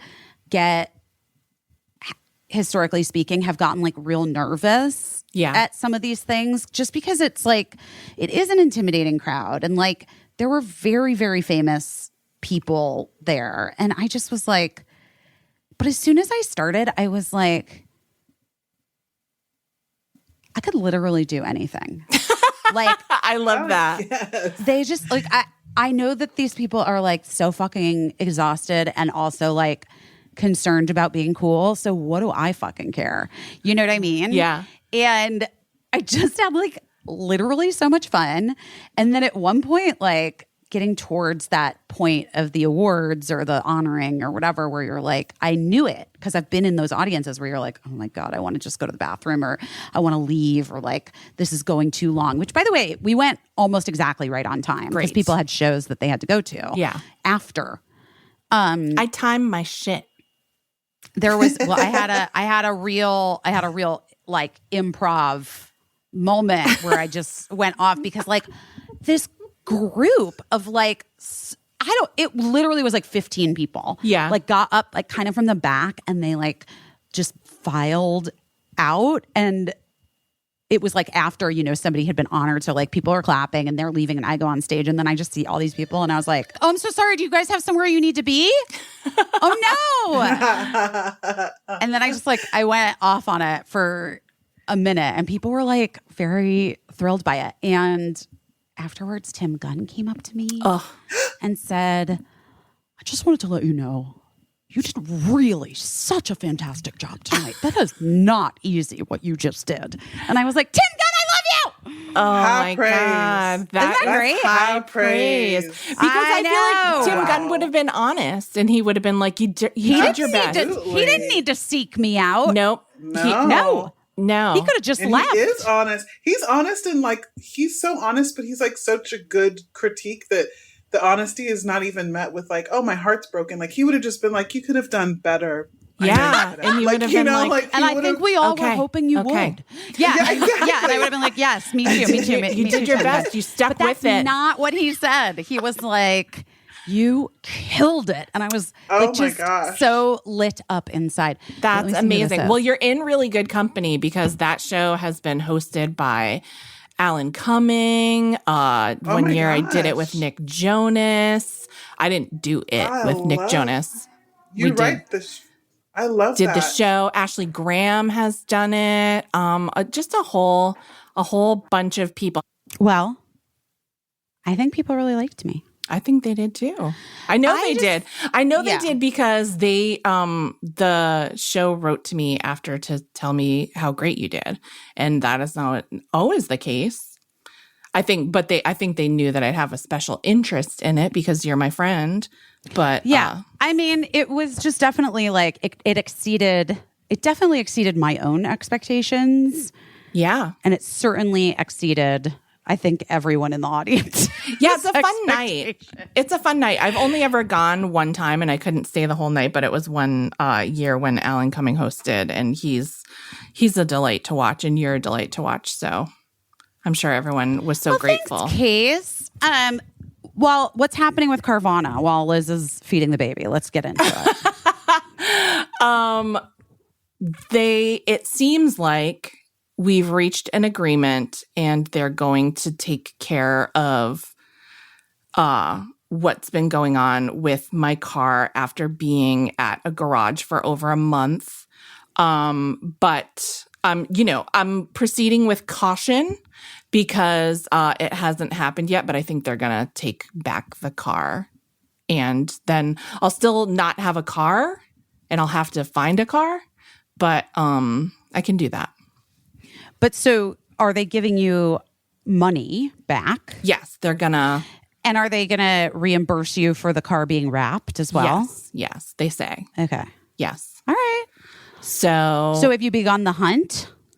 Yep, I'm on the hunt for a car. And Ashley Nicole Black, shout out to her. She won an Emmy last night. And I was the best telling you that I didn't fully watch the Emmys because when my friends are up for awards, like I almost black out with anxiety for them. So I didn't fully watch the Emmys because I was nervous for Ashley. She wasn't nervous. She does this all the time and she's great at it. But she won an Emmy for Ted Lasso, winning Best Comedy. And but I'm not just name dropping Ashley Nicole Black. She is my friend, and she also recommended like a car concierge to help me find a new car. It costs a few $100, and then that guy like goes out and finds a car for you. And also my friend Kristen Bartlett also used a car concierge, and they both say that they're great and that that's a good thing to do. So that's maybe what I'm going to try to do. Spend the few $100 to send someone out to hunt for a car that has the characteristics I'm looking for in a love match in a car.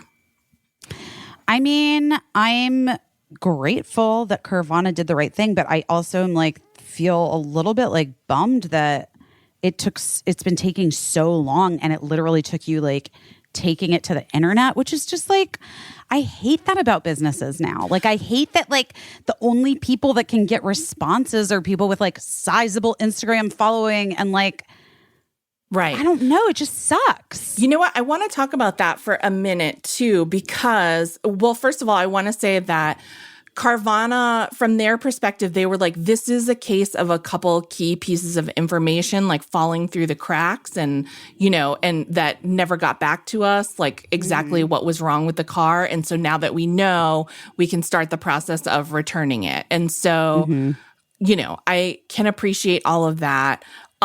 And, you know, I made a post on Facebook. I made some like really public posts about like trying to get someone's attention and trying to get some customer service. And to Carvana's credit, when they saw that, they immediately responded. I do have like a little bit of an Instagram following, not even close to Busy's, but, you know, some people, and I'm also like verified on Twitter. So does that make a difference? Probably. If we're being honest, it probably makes at least a little bit of a difference. But I made a post on Facebook saying like, I've really resisted being a Karen on this. Like, I don't want to be like, I tried to go through the proper channels. Okay, I saw your post. And, you know, and wait it out and give people all the chance to do the right thing. And then my friend Sarita wrote, and this is true, what she said. She said, well, for what it's worth, being a Karen is like using your privilege, and in your case, like your whiteness, to, you know, to take advantage and to like further marginalize other people and to like, you know, beat up on people, which is totally right. And I was like, okay, yeah, that's a really good point. But then I thought about it more, and I came back to her and I was like, Sarita, I've really been thinking about what you said about being a Karen. And I was like, I think the reason that I felt weird about it is because prior to me saying something on social media and actually getting a response, I was talking to people that worked for a number of different companies, not just Carvana, but like also the insurance company that was the warranty is under, and folks at Carvana. And those are people that very easily could be like a receptacle for my frustration. You know, like I could have poured my frustration into them, knowing that anyone who works in like customer service exactly can be that. Yeah, 100%.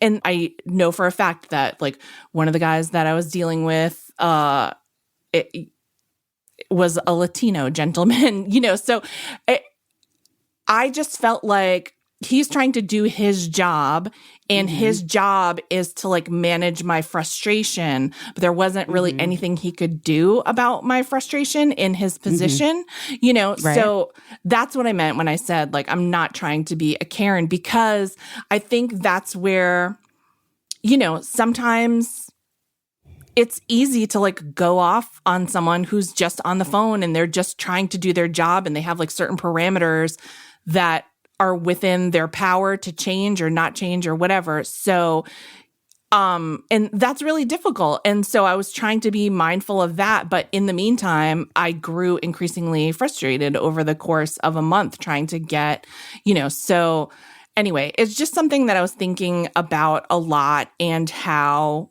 you know, how it's kind of like. Oh, yeah. No, I know what you mean. I've been a Karen.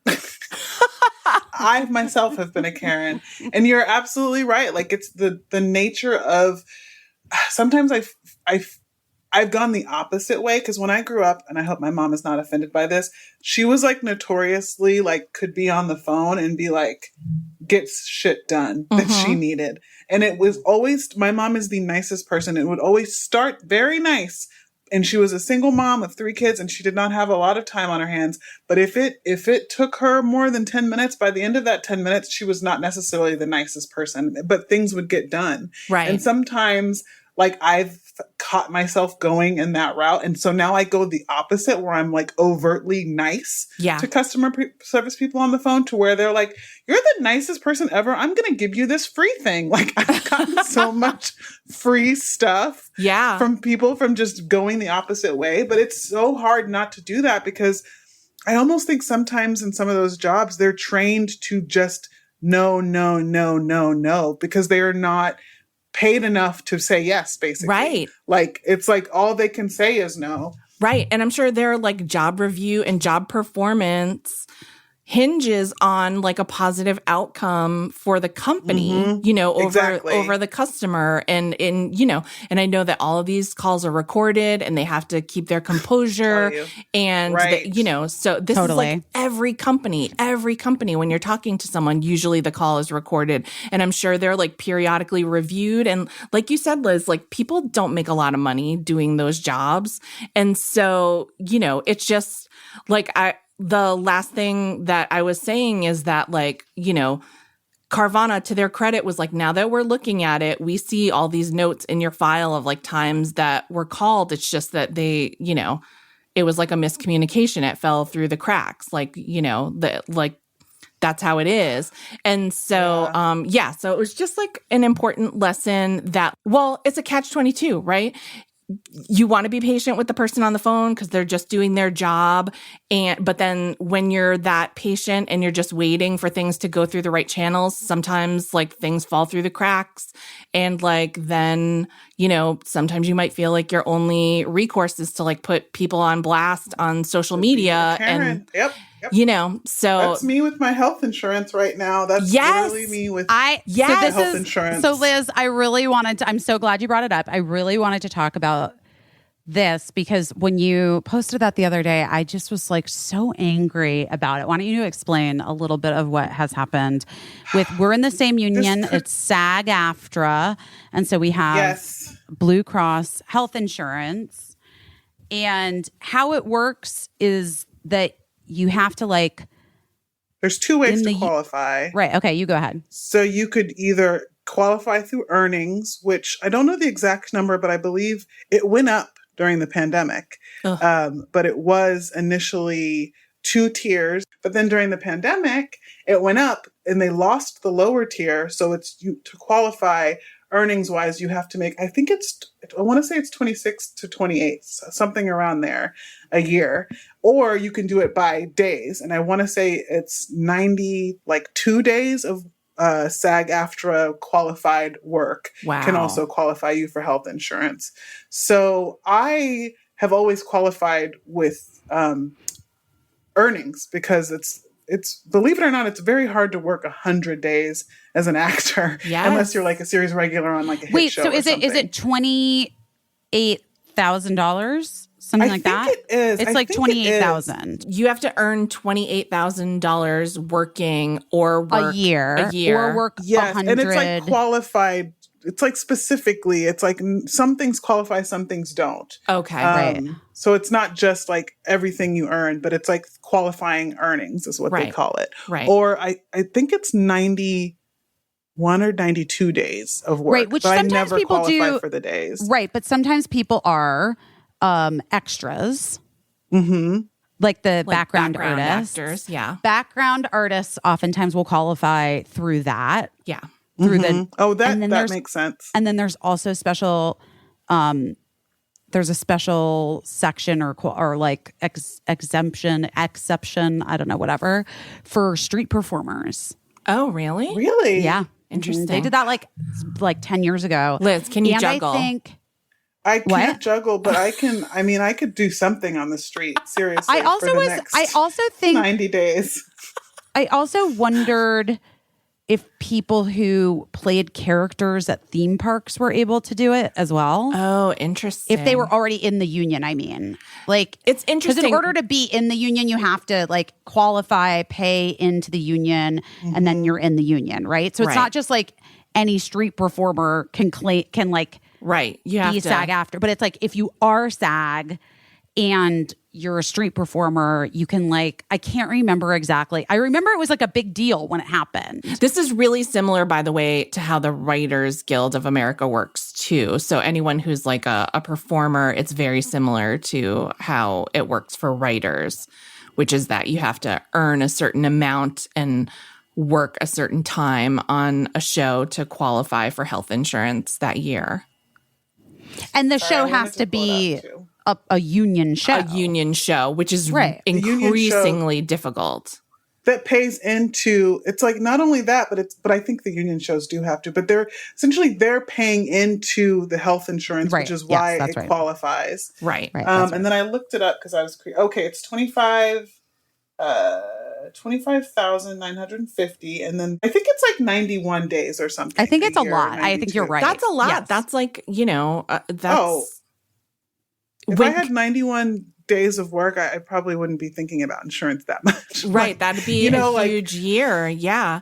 And especially when yeah. you consider that, like, a number of days of an actor's year are spent preparing and going on auditions, which is totally unpaid, just Absolutely. speculative work, hoping that you'll book a role. Or in my case, I booked a commercial, but it didn't air. And I was like, right before I had my baby, I booked this commercial and I was like, all right, I'm set. Right. I falsely was like, I should be okay. Let me have this baby. And then it never aired. And I immediately, when I noticed it didn't air and it wasn't going to air, I let my agents know. I was like, I just need work. Like, I had my baby in February and March, April. And at the end of April, I was like, okay, I need to get back to work, which is kind of crazy. Like, I think people in this country don't realize that running back to work after having a baby, I would say a year. I feel like you need a year with your baby, truly. But we as Americans run back to work because we have to. Some people want to, but a lot of people have to so fast.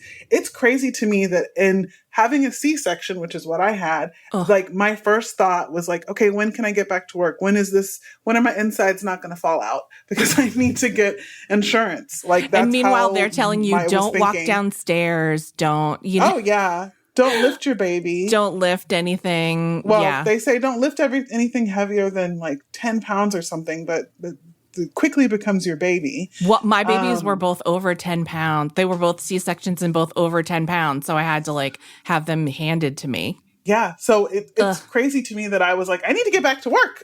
Like, I love my baby, but I need to get back to work. And I told my agents, at the time they were like, you need to focus on guest stars. And I was like, honestly, I just need to get anything because I need health insurance. Right. But we're still in a pandemic.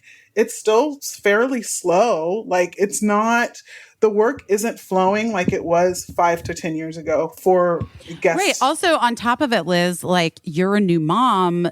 You're not looking for jobs in Toronto, Vancouver, Oh, no. New York, or I had to turn down in-person auditions. Yeah. And I had to turn down a couple of in-person auditions because I just physically couldn't put my baby at risk. Right. He was a newborn. Like, it's the long story short is I'm losing my coverage because I had a baby and I couldn't work. And that's bananas to me. It's bananas that there's not a grace period for a lot of things, but in my situation for having a baby. Yeah. And on top of all of that, I brought this up at this point because we're talking about customer service people. I was bawling on the phone to the customer service people at SAG-AFTRA Health. I was sobbing because I was like, I don't know what I could have done differently. Like, there was a formula shortage. I didn't want to breastfeed. I sucked at breastfeeding, but I had to do it because there was a formula shortage. That was time consuming. Like, I just was like, and I felt bad for this person because I'm like, I know you don't get paid enough to listen to this girl sobbing on the phone, but like, that's where we are as a country. Like, you were literally the gatekeeper to me getting insurance for not only me, but for my newborn baby. Like, we both lose insurance. And everyone's been so amazing. And they're like, well, you can get on Cobra. Cobra sucks. I'm sorry. But Cobra's more than a mortgage payment. Cobra, it's insane. And so you're telling me that in the year that I did not work, the most that I've ever not worked in my entire career, to hop on the most expensive insurance, that's probably what I'd have to do because I'd want to keep my pediatrician for my baby and my OBGYN. I just had a C-section. I need to see my OBGYN. Like, if I had an emergency, which sometimes you do. Right. So it was, and unfortunately the guy that I talked to was, bless his heart, he was like, well, your options are booking some work. So I'm going to hope that happens for you. And like, when I got off the phone with him is when I got on social media and typed that post. Cause I was like, well, I guess it's the wild, wild west here. Like my agents are great and they're doing everything they can. But I was like, I know some people, maybe someone's hiring. Like maybe I could knock out a short film every single day, you know, something. But I was like, I'm desperate here. But it's also, it's a bad policy by the union. It's not like the point of a union is that you take care of its members. Right. You know what I mean? And so what does it say about us as a union that we don't take care of our members when they are unable to work because they just had a baby? It's a pandemic. Like I actually can't believe, I was shocked. I'm on a thread with a bunch of actors that a bunch of actors I'm on a thread with. And I was shocked that like 3 of them, before I'd seen your post, I had 3 friends on this like big actor group text that I'm on who were like, guys, anyone have any recommendations for what I should do because of COVID, I haven't met my thing and I haven't made the money and we're going to lose our insurance. And then 2 other actors were like, oh my God, this just happened to me too. And then one other person was like, I called so-and-so, like a friend of mine, and asked them to just give me a day. Like, this is like the thing. I'm like, this is crazy. Like, guys. I got so many messages. Like the flood of messages was overwhelming, actually, because I was like, I'm a very empathetic person. And like my little friends who read cards are like, you're an empath, you're a strong empath. I don't know what that means, but I definitely know what it means in those situations because I was overwhelmed for myself and I was overwhelmed for so many people that were in the same situation and I had like no way to help them because I could barely help myself. I guess like for me where the disconnect is, and I'm curious if you've heard back from SAG or like what the conversations have been, because I know you were like trying to put something together for the union now, aren't you? Yes. So there's another actress that I spoke to that reached out to me and this has happened to her twice because she has 2 kids. And it's inevitable that it happens because of the other thing I should step back and say is because of the way that you qualify for benefits are your earnings quarters. So it's not necessarily a calendar year. So my earnings quarter was October to September. I was very pregnant in October, had my baby in February. So my entire earnings quarter was my pregnancy and my birth. So if my earnings quarter and was it like is so 3 weird. months, Your earnings quarter starts like literally from like when you join SAG. So everyone's exactly. is different. Right. Yes, it's absolutely that. And there is no grace period for anything like this. Like I know people that are like, oh, I got diagnosed with cancer. I don't know people, but they reached out to me and were like, I was diagnosed with cancer right before my earnings period, was out getting chemo treatment for most of my earnings period. And I lost my insurance that next year.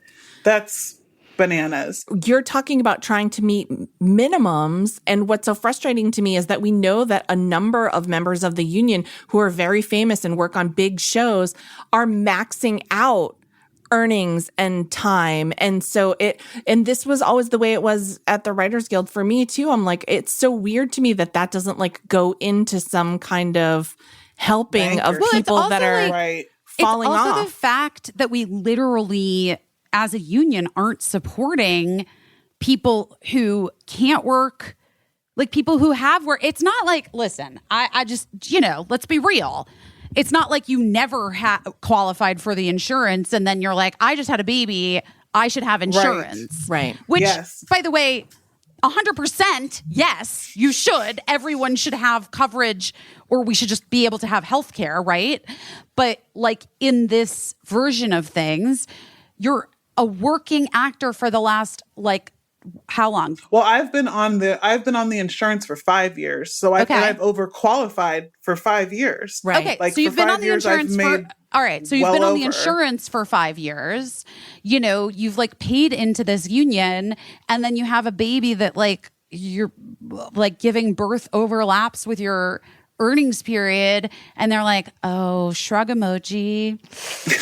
Seems tough. Hope you get a job. Yeah. Like, what the fuck is that? Like, I'm outraged for so many reasons. I mean, I told you my personal pregnancy as an actor story, which is like made me so dumb. Sad. But it's so sad. But sad. Yeah. Which is just essentially, Caissie, that I had like I didn't have another kid because like after Birdie, because I was like on Cougar Town and I didn't want to jeopardize that show. And we were doing like 20, the full network season, 22 episodes a year. Right. Then when it moved to TBS and we were only doing 13 episodes a year, I was like, oh, maybe we could I could have another baby. Right. But I knew that I had to get pregnant by the end of October in order to have the baby on the off season so that I wouldn't miss any episodes and so that I wouldn't miss making money because you don't get maternity leave. You don't get any time off for being pregnant. Right. So I was like, I have to get through my first trimester on camera and then I'll be off camera for the rest of it. Hopefully I'll give birth before we go back and then I'll go back. I think I went back to work like 3.5 weeks after I had Cricket. Wow. Yeah, we timed both of the kids. Imagine. No, that's not true. Eli was an accident, a surprise. Not an accident, Eli. You weren't an accident. You were a great surprise. But it was just lucky timing. It was the timing was a lucky accident. And then Lincoln, we totally timed same way because I didn't want to stop down work because it would have caught me up in my insurance, which is frustrating. And I'm assuming you're damned if you do, you're damned if you don't, right, Busy? Because you went back to work at 3 with the baby was 3 weeks. I guarantee you there were probably minimal accommodations made for you physically where you were for like if your baby had to come to set. Listen, I was in a very, very, very privileged place by that time on the show. The show was like in its last 2 seasons, like we were established and also Courtney had a kid, and Courtney Cox was my, the 80s were very generous in terms of breastfeeding and like pumping. Oh, good. I rarely had a situation where Cricket was like, yeah, she came to work with me every single day. But I mean, no one paid for this. I mean, it came out of my salary, which was basically half of my salary. Right. Was I'm sure. paying for childcare to come with so that the baby could be with me every single day and on in my dressing room. But yeah, they didn't take care of any of that stuff for me. I had to do it all. But at least I felt so lucky that at least they were pretty cool about me. Right. At least you didn't get fired. Right. That's what I'm saying. Right. Yeah. I mean, I will say, I've told this story sort of famously, which was that we did have a new, sort of showrunner guy that year, and he was a younger guy who didn't have kids. He has a baby now. And he wrote, in the opening episode, and he knew that I was coming back, 3 weeks after giving birth. He wrote, a scene of me in a shower having sex with my boyfriend. And I was like, sir, no, I'm wearing a diaper. A milk shower. Thank you. I'm wearing mesh panties and the most giant pad you've ever seen. I still have ice down there. Okay. My tits are to when my you knees. Say you went back to work at 3 of weeks. Milk. To my knees. To my knees with milk. Also, I do just this is where wardrobe department, my costumers, everybody just really she was we're going to sew together 17 different Spanx to give you all the support in your tummy that you need. Cause you feel, postpartum, you feel like you're your body's gonna fly apart. Fly away. Yes. It's it doesn't even feel real. You're what is this body that I have on me? There's numbness. This well, is you had the graphic, C-section. I didn't have, yeah. Oh, yeah, that's right. The bleeding is intense. Yeah. You standing up and working, I'm couldn't be me. Because I would have been bleeding. I feel like I bled for 6 weeks. And I feel like, Liz, just FYI, the feeling will come back to your torso. But it took some years for me. I'm not even joking. I've heard the years. Yeah. It feels numb, oddly, just randomly numbness in your tummy. It's major surgery. It's major surgery. They sawed you in half like a magician. But they didn't put you back together like a magician. They just put you back together and sewed you up. Wait, so Liz, so what's happening with the union, and what does the union have to say about it? I have nothing with the union yet. We're trying to write up a proposal. I'm working with a friend who is going to help write a proposal to send separately from just my specific situation. Send a proposal to SAG asking for a grace period of at least 3 months. Like, give us 3 months, like essentially an additional little quarter of the whatever. There should be an exception for people for illness and for pregnancy. I agree with you. I'm literally asking for the bare minimum with this proposal, but I absolutely agree with you. But in terms of listening to Busy talk about how when she started on Cougar Town, there were 23 episodes a year. We all know this is something you can know sitting home watching television. All of our favorite shows are like 6-8 episodes now, 1/3 of the length that they used to be. Mm-hmm. So like you getting booked on something means that you maybe work 1/3 of what you used to just a few years ago. Also, by the way, let me just tell you something else. It's like the old fucking days when the movie stars were making $1 billion. Now that's like come to television where it's like you're doing some huge show with huge stars and they're like, and they've got minimum money for you. You'll get the minimum. Like you're not getting like, okay, I mean, I could just be gross, but like I used to make like a lot as a guest star on like when I was on ER, I was just a guest star for the pilot, not for the pilot. I was a guest star for the shows that I was on. I was recurring. A recurring oh my God, character. you guys. What's wrong with my brain? I haven't had anything to eat, so I'm hungry. Okay. I was recurring and I made like a pretty sizable chunk every episode that I recurred. Okay. Yeah. But like that amount of money, they don't pay people anymore because the shows are like, oh, I'm so sorry. We're paying this like huge star. I mean, you guys, I just saw that, I talked about it on the show. Yeah. That Pete Davidson getting $500,000 an episode as an actor. I'm like, for that Peacock comedy, I'm like, in what fucking world? In what fucking world? But this is what I'm saying. That $500,000 that Pete Davidson is making as a member of SAG-AFTRA is like the cost of however many hundreds of regular actors. You know what I'm going to say? And so Pete Davidson should get his insurance, but like 99 other insurance credits should go to 99 other actors. Like bank it. And for all and that's, I think that there is some messy stuff with our union regarding that. I do think that is, I have a friend who was very, very, very aware, and he was schooling me on some of the messy stuff in our union in terms of like how it's capped at like $500,000 or something like that. And so like anyone who's making over $500,000 pays the same dues as like someone so someone could make $70 million a year, but they're paying the same as dues as someone who's made $500,000. Right. Which I'm like, okay. And this is messy because it's coming from a union of people that will get up and be like, we need universal health care. We need this, where we have a union where we could essentially mimic something like that, but we just don't. Like that's they're weird. What's it called? NIMBYs. Not in my backyard. NIMBYs. Yeah. NIMBYs? Yes. NIMBYs? Yeah. Not in my backyard. Liberals or whatever. Yeah.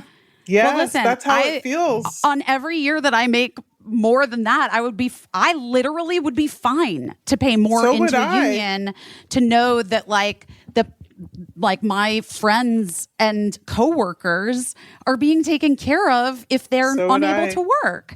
And I think that like the exceptions being obviously like health-based makes sense. And I mean, honestly, postpartum, I would do 6 months. I wouldn't even ask for 3. I would do 6. No, you're right. Like, because they're going to 3 months, you're not even like a fucking person yet. No, and also that's not even, I didn't get into this because it's the mental aspect of postpartum is, I think I got an audition shortly after, and it was something traumatic. It was for like a birthing mom and the baby died or something. And I was like, I can't do this. Like mentally, I was just not in a space to do it. Like, so to be able to like be forced back into work when you're physically not ready, when you're mentally not ready, when also a baby I don't know how to stress this enough because I feel like America as a whole doesn't get it. They need you. Like, infants need you. Like, you need to physically be present. They don't even know that they're not part of you anymore. Right. So to like have to go back to work within like 3 months, and honestly, as an actor, to have 0 maternity leave at all, like the only maternity leave I had was federally. So I was on disability. Like, that's crazy to me. Like, I feel like my baby's 6 months old, and I feel like he's 7 months old, and he still needs me to be here physically for him, like at all times. It's hard. It's really hard. So for what they're asking for is just ridiculous. And actually, a reporter from the Deadline Hollywood or something called me. He didn't get it. He was like, so your earnings that you make when you're not pregnant, they expect you to make the same when you're pregnant and have a kid? And I was like, yes. And he was like, I don't understand. And I was like, yeah, yes, as an actor, as a person who's like physical appearance actually has a lot to do with the jobs you fucking get. And like, we're not all Julie Bowen, okay? We can't all hide our twins with a fucking laundry basket in the pilot of Modern Family, which is what she did. I remember saying, like, she's like a superhuman person. She's just like, she's wiry and little, and like she was pregnant, like super pregnant, and she held that fucking basket in front of her during her auditions, and they were like, ball of energy. Yeah, and she's a ball of energy. I'm just saying, everybody's different. Every person is different when they're pregnant. Yeah. But like, to be in a profession, a career where your physical appearance actually dictates like parts you can and can't play, like, you might be fucked if you, as an actor, if you can't. When I was pregnant, people were like, you can get work pregnant roles. Like, there's pregnant roles. But get this, they don't want to hire a pregnant person for those pregnant roles because you might have to they're pregnant. That's a liability. It's a liability because of insurance.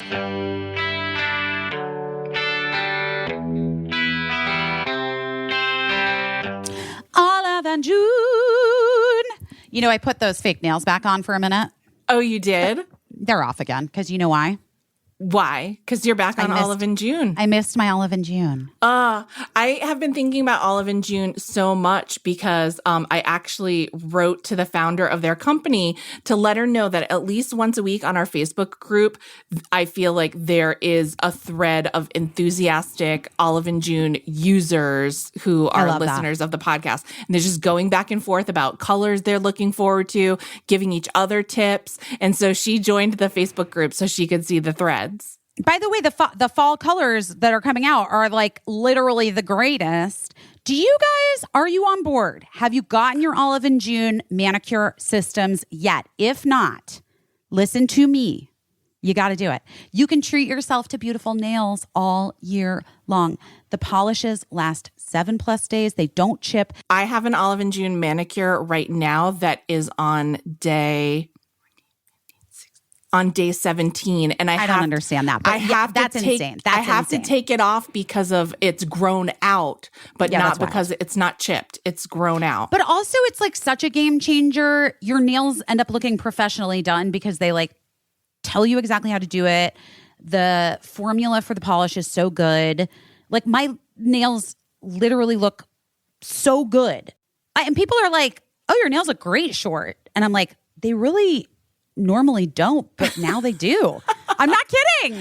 Yeah, because you're able to give yourself such a professional looking manicure because, as you were saying, the polishes are self-leveling. It comes with the little silicone poppy that steadies your non-dominant hand and gives you something to grip onto. The brush is flat, and so you can just paint each nail with 3 strokes. And if you have any questions, you can get online on Olive and June's Instagram or their website and get like a full tutorial on how to give yourself. There's all kinds of tutorials. Yeah. I learned the best tip, which I never knew, is that I was always flooding my cuticle because I was starting my polishing at the cuticle. And I learned, because Olive and June did a special tutorial for listeners of this podcast, you start the brush in the middle of your nail, then you shimmy it down to your cuticle where you want it to be, and then you brush back up. I never knew that. In all the years I've been painting my nails, I never knew that. And since I learned that tip, my manicures look like I paid $100 for them. I mean, your nails look great, and I'm impressed. Guys, Thank you. getting beautiful salon perfect nails at home is a dream come true with Olive and June. Your new nail life is here. Visit oliveandjune.com/busy for 20% off your first Mani system. That's oliveandjune.com/busy for 20% off your first Mani system. Oh, go get it. Go get those nails. I got cast, or I was like the first choice for this movie that was filming when I was pregnant with Birdie. And like got the part, like everybody was, and they started working on my deal. And then it came through that the insurance company that insures the movie, it was a big movie, and it was to be like, you know, like the sassy sister-in-law or like the sassy best friend or like whatever the part was. The insurance company that insures the film will not provide insurance for me and like won't guarantee the film. So the studio was like, oh, well, we can't hire her. They hired another actress and then they made her fake pregnant in the movie, which by the way, the character wasn't pregnant, but then they just liked that I was, I guess. Liked it. And so then they just put stole a your Millie. pregnancy from you. They literally stole your pregnancy. They plagiarized your pregnancy. So fucking rude. And I didn't even get like the benefit of having that job. And then, you know, I got the only job I've ever gotten fired from was when I was pregnant, and I was devastated because I got a huge voiceover job, and I did on like a big cartoon, whatever, animated, a big animated film, and I did one day on it, and then they found out they could get someone that was like, this was before Cougar Town. This was like, you know, like I really did not, no one knew who the fuck I was, really. I'd been on like Dawson's Creek, but like no one cared. They got like someone with cared. I know, but like, you know what I mean? They got someone that had a name. Yeah. Someone that had a name became like interested or available or something. And I got fired and I was devastated. And then that's why my friend Josh Friedman, and see, Liz, this is like exactly what I'm talking about. My friend Josh Friedman had the Terminator TV show at the time, the Sarah Connor Chronicles. Oh and God, he was like, show. I'm just going to write a part like 4 episodes that like, you're just in it. I like that it'll be good that you're pregnant because, like just you're so earthy and mothery, like against Sarah Connor. It's like, it's like a vibe. But he literally made that job happen for me. Oh no, I'm going to cry. So that I didn't like lose my insurance and that I could like make a little bit of money before I had my baby. And I shot my last scene for that show 1 week before I gave birth to Birdie. I am like the most pregnant person you've ever seen on television. I was like so gigantic that the kid who played, what's his name? The son. Oh, the son. Yeah. John Connor. The kid who played John Connor thought that it was like a fake prosthetic belly. And he was like, normally our prosthetics team is like amazing, but this is weird. They just made it too big. And I was like, oh no, Thomas Decker, that was the kid's name. I was like, oh no, Thomas, no, I really am pregnant. He's like, but that's not you. That's like, they like added to it. And I was like, no, babe. He kept digging. Literally about to give birth next week. And this is my stomach. And he was like, oh, wow, that's something. I was like, yeah, dude. But like, that's insane so that you have to like. Your friend did that. I see why you were tearing up because I don't even know if your friend could even realize how huge that is. Like he saved you. Like you know what I mean. Like having insurance. He saved me. He saved you. Like that's huge. Yes. And it shouldn't be that dire, but it is, and it's sad. It's really sad. And for both parents, by the way, I should say, I've been going on and on about, I believe this for myself too, but I think both parents, if they're both actors, good Lord, like I can't even imagine then everybody just loses insurance. Right. Like what? Right. This is when I miss Busy Tonight every day, but this is when I miss doing the show that much because we didn't have a lot of power. but it was a union show, and this is how we cast bits on the show, only to get people health insurance. We only. did. That's a true story. That was the audition. That's actually a true What's story. your health insurance situation? Are you getting close? Are you close to your minimum? And Are can you we close? I am Because we would like to help you. Bring you Can on we your put show. you over the edge? Yeah. Well, and that's how that is like how you use your power for good. Apparently there is like, I don't even know if I'm supposed to say this, but I didn't sign an NDA. There was like a list going around, like a casting society list of actors that are close to getting close to getting kicked off of their insurance. And they were like, everyone was like, are you on the list? Are you on the list? And I was like, no. And finally the list got to me. But when I went to add my name to the list, it was full. It was too full. They were like, we cannot take any more people. It was like 1,000 actors were like, help me. I'm about to lose my insurance. And the casting directors were basically overwhelmed, and they had to close the list. That's how bad it is. And I know, like, I have casting director friends, and they're like, as soon as we have something, we're bringing you in. I felt really overwhelmed with, like, when you shared that post, I felt really overwhelmed, because I feel like that's what a union is supposed to be. It's supposed to be actors looking out for each other and like making things easier for us.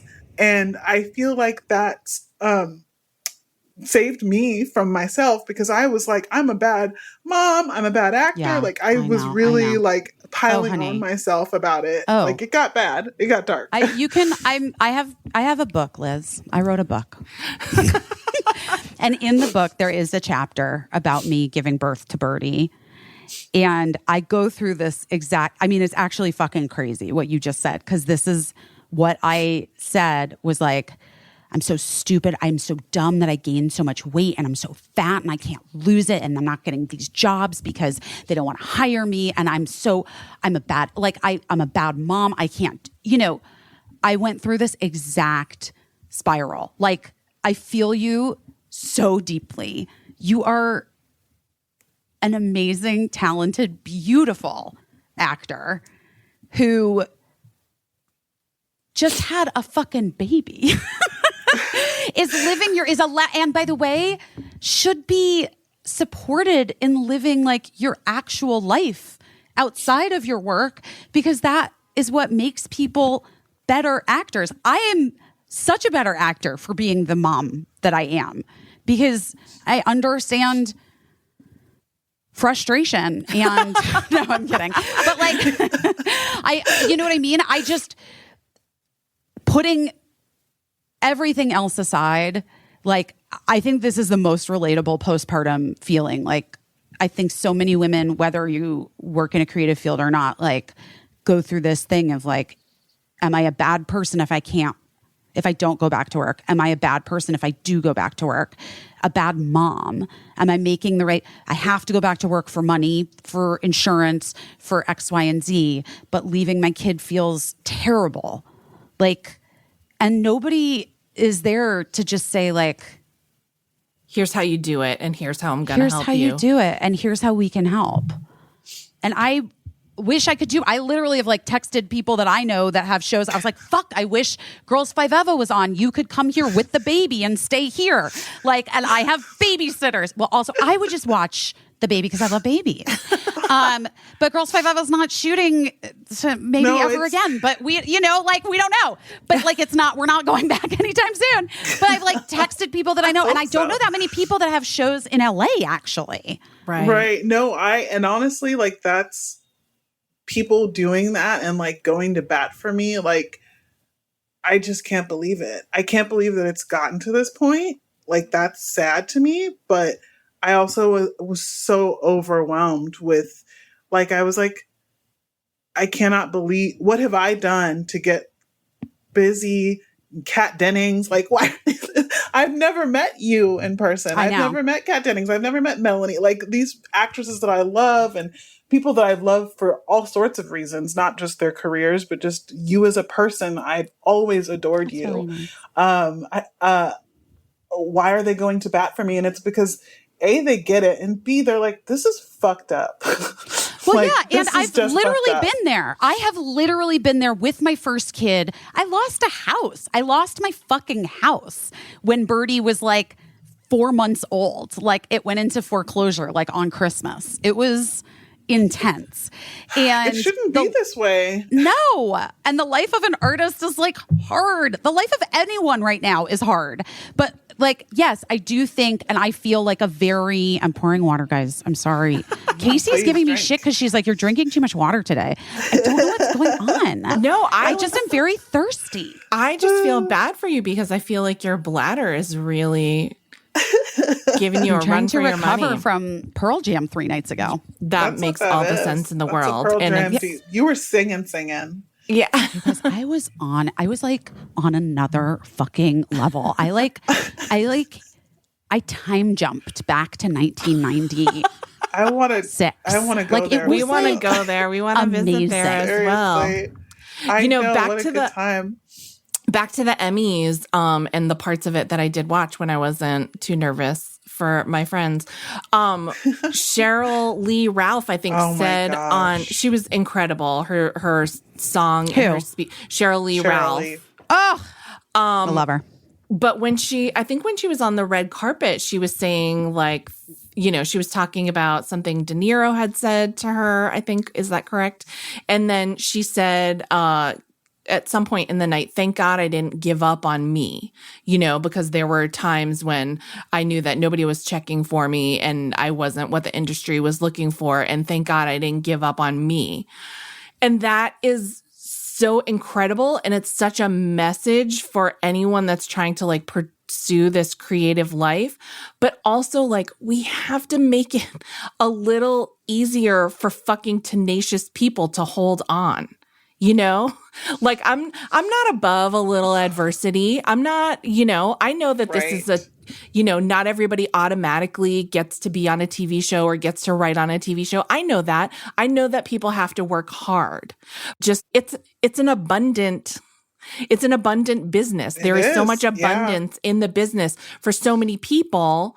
And I just don't feel like we should be taking tenacious lifers who have dedicated their lives to like being great at their craft and sort of like fucking crushing the spirit out of them because it's just, it doesn't make any sense. And I think that, obviously most of the people that listen to this podcast aren't actors or writers, but I think it's something that a lot of people can relate to. People are trying to be good in their careers and then they're just being made to like fight for their own survival all the fucking time. And that's a whole other job.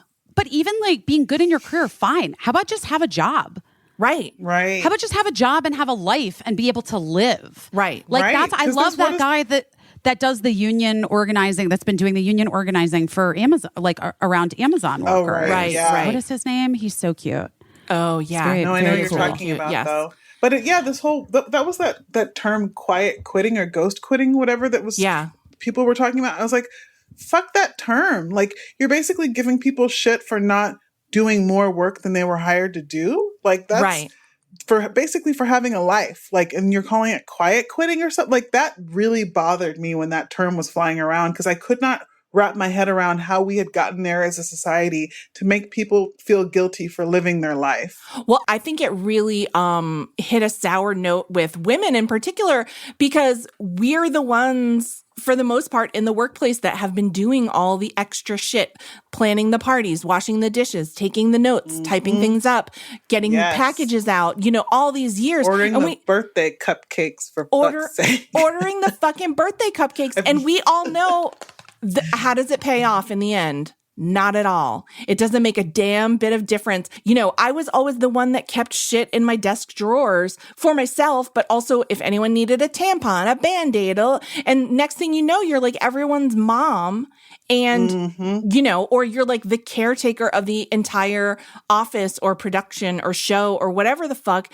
And like, you don't get promoted for that. You don't get a raise for that. And you're like running a damn CVS. Right. Exactly. And you're like, you don't even get reimbursed for that. You don't even get reimbursed for like the shit that you're just giving away. I totally feel that so deeply. And so I'm like, for someone to tell me that like, oh, you're not going to do the dishes anymore after the monthly birthday party where you also ordered the cupcakes, that's quiet quitting. Go fuck yourself. It's not. It's called minding my own fucking business. Also, we're adults. We don't need cupcakes on our birthday at work. Yes. You're really anti-birthday. You're really anti-birthday. Take a personal day and celebrate. I agree with you. And honestly, that is how I felt like after having a baby. And honestly, I'd put it off for a very long time. Like, it's hard to even wrap your head around having a baby as an actor because of all the things we've already mentioned. But like, on top of that now, like really, really letting it sink in that like health insurance is a huge deterrent that either you're aware of it. Like I was aware of it, but not how dire it would be. And also because of the pandemic, it's extra dire. The work is just not there. Like, it's just not. They should be giving people leniency and not making it harder.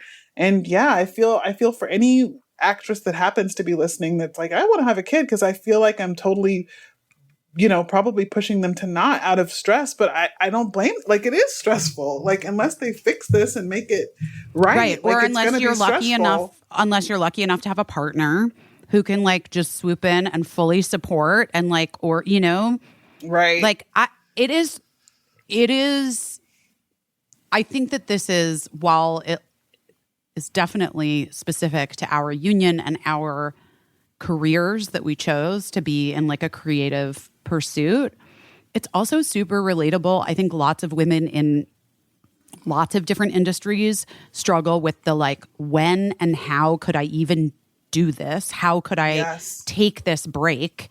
And what will happen if I do? And how is there going to be any support or any help for me? There is no support. And full fucking circle, forcing women to have children with no support at all could not be more cruel. Like, I'm in a mommy forum because that's how I stay sane. Like, with every little poop that comes out of my baby, I'm like, is this normal?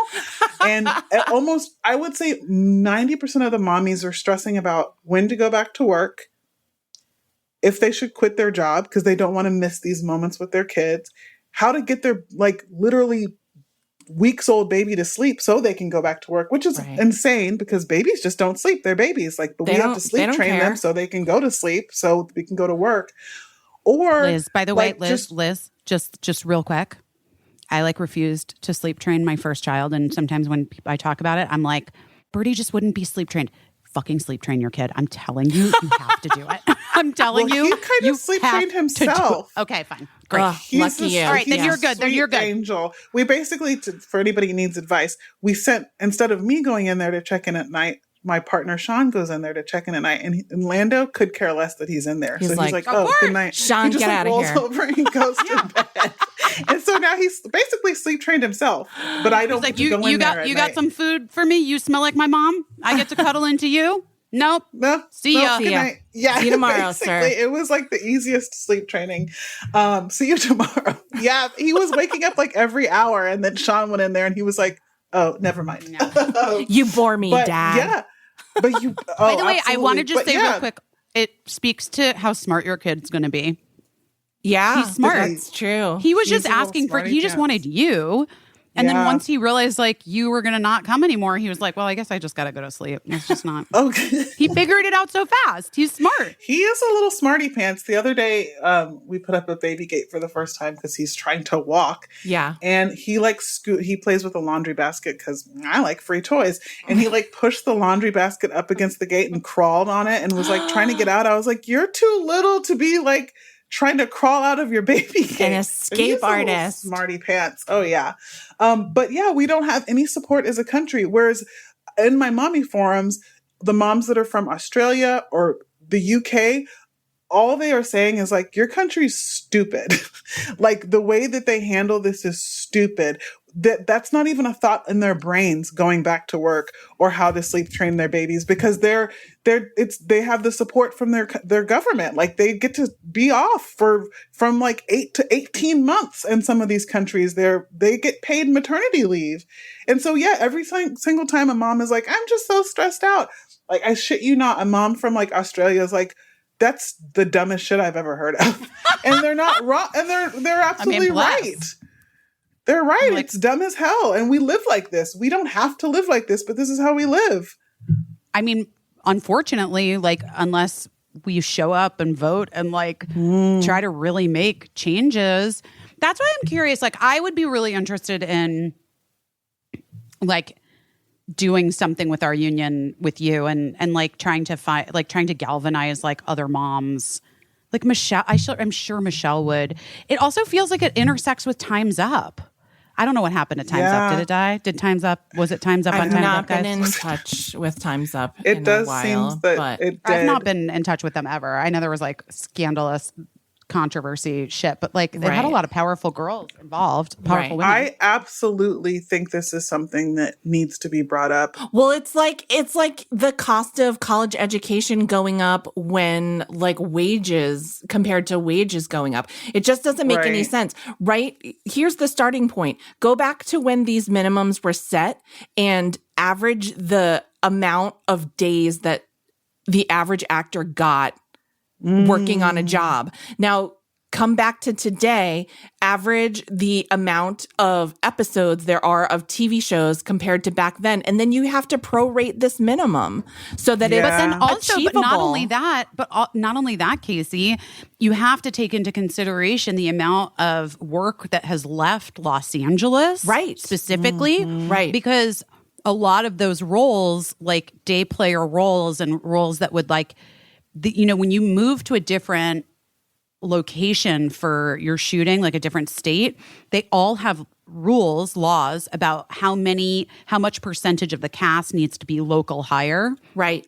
So like you have to hire a certain percentage of people from Charleston, South Carolina. Right. You know, so like those parts aren't being taken by other actors in LA. Like it's just, and by the way, I'm okay with that too. Like there's plenty of but you just have to account for it. Like you have to account for it. Exactly. You have to account for it so that your members in good standing who have been in good standing and shown in good faith that they are productive members of your union, you have to have their fucking back. And I would even argue, like, I mean, not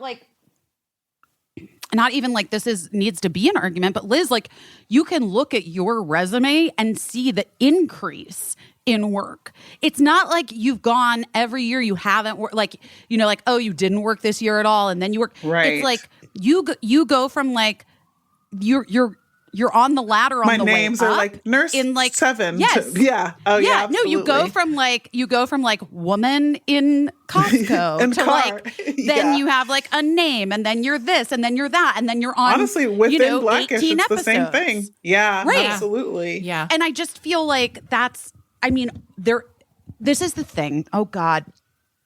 And this is what I was talking about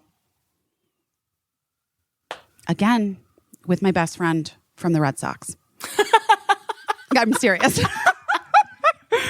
Which is that because he was like asking me what I thought about, some of the abortion stuff and whatever. And I was like, one of the biggest issues I think is that the other side had been and was so successful in keeping their messaging like just very clear and concise and like it was there was no nuance to it. Right.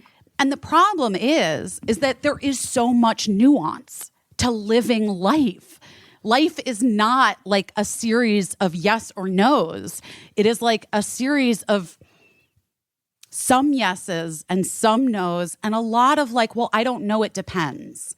You know what I mean? Right. And like people absolutely. just have a really hard time wrapping their heads around well, I don't know, it depends. Let's think about it for 1 second. Yes. Rules and policies have to be living and evolving. You can't just set a rule for something and be like, woo, we did it. That's it. And we'll never revisit this rule again when all the circumstances surrounding why that rule exists and why you need to have that rule and how people are living is changing actively. You can't just leave it. Rules and policies need to be living. And that includes our Constitution. And that includes every union policy, whatever, union charter. Laws. Yeah, like I'm not listening to something that was written when I was considered property. Right. No. Right. I'm sorry. No, it doesn't. I mean, did you ever watch What the Constitution Means to Me, Liz? No. Did you ever watch it, Caissie? I never did watch it. I have you to. guys, will you please watch it I'm for catching me? up. Yes. I've been watch out for the big girls on Lizzo's show. That's what I did while I was only watching clips of the Emmys. That's self-care. That's self-care. That is self-care. I agree with that. But what the Constitution means to me is also self-care, guys. It was a Broadway play first, and by this woman, Heidi Schreck. And then I believe you can get it on Amazon Prime Video. Yes. Okay. Where Lizzo's show also is, so I can just jump over. Guys, finish the finale. Here's what we're going to do. You're going to watch Lizzo's show, obvi. And then you're going to hop on over to Heidi Schreck's What the Constitution Means to Me. But it is it's such required viewing for all people in this country because she's so perfectly breaks down why the Constitution as it stood and why constitutionalists what's his name? Boner. What's his name? What's the justice's? Wait. Who's the John what's Roberts? The justice's name? John Roberts. The Chief Justice. John Roberts. John Roberts. Okay, this is what was in my head. John Roberts has a boner for the Constitution. I could see how that would get confusing because John Boner has a Roberts for the Constitution. No, doesn't make any sense. That's not right. Okay, John Roberts. Why Justice Roberts? Yeah, Justice Roberts has such a hard on for the Constitution, and there are these people that just really they use it to hide behind, right? All of their bad ideas and their bad beliefs and their upholding white supremacy and patriarchy. When the truth is, we can't possibly go back to that document. In that document, like Liz says, well, first of all, I don't even think you exist, Liz. I think in that document, I think black men are property. Right. I don't think you exist as a black woman. Exactly. No. And I don't exist as a white woman. No. In the Constitution. So right there, it's well, of course, Justice Roberts, abortion is not named in the fucking Constitution, dude. So don't think we can't see your boner under your robe, you gross person.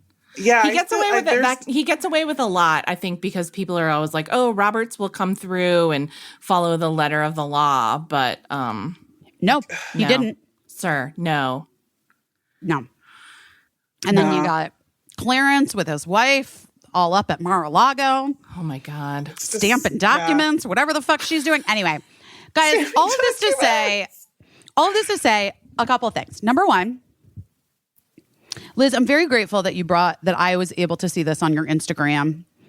And it was brought to my attention again because it is something I've known. Obviously, I went through it myself, but 14 fucking years ago. And it really just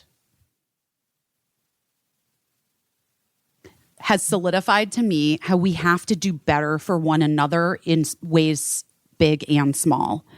And the reason why I reposted it and texted people your thing that I know that have shows is because there by the grace, my fucking friend wrote me that part on Terminator. You know what I mean?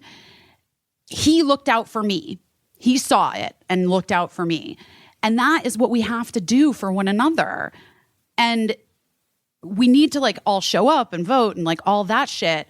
But you just reminded me in such a very fundamental way that there are people literally next door to you. There are people in your own industry, at your workplace, who could really use some consideration and some help with what they're going through. Yeah. Because you might be that person too, and you just don't know it yet, or you were that person and you forgot it because life's been okay. Yeah. And I don't know. I just think we need to like all collectively remember. Sometimes I think we get so, I know wait, I got to do the Hoffman. I need to remember sometimes that like, I think so big picture and sometimes I get real bogged down by it. But like, I want to help you. Like this mom who's an actress. And like, I wish I had a fucking show right now because I would hire you, you know, obviously. But that's where we can like actually make changes in people's lives, like immediately. Yeah, absolutely. I mean, and you're right. The big picture has been so big for so long. Yeah, that's right. Like it's getting bigger and bigger every day. It's hard to zero in on any way that you can just help one person, but you're also helping me by, how do I say this? If someone helped me out and I got something or I got myself a job, my stress level would drop and I haven't even been able to focus on other things in life because this has been taking up my focus. So it's like someone helping in that small way, you're really helping. And then I can help someone else and I can help my child, or I can go call for Beto or something. You know what I mean? Like, it's just crazy how like, you're absolutely right. Like people forget that there's like a small way you can help someone and you don't even realize it because you're straight up like, well, the world is a shit show, because it is right now. It is a shit show and it's overwhelming. It's very easy to be frozen and be like, well, I can't do anything. And that's not even just to say like, help me, like just in general, like you said, like you can just take a step back and see how you can help someone in a small way in your life. It would help the world.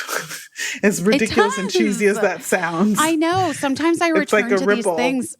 I know, but it's like all of the cheesiest cliches are true. Like it's true. It is. And I don't know. Well, and I also think, you. But I also, Liz, tell you enough.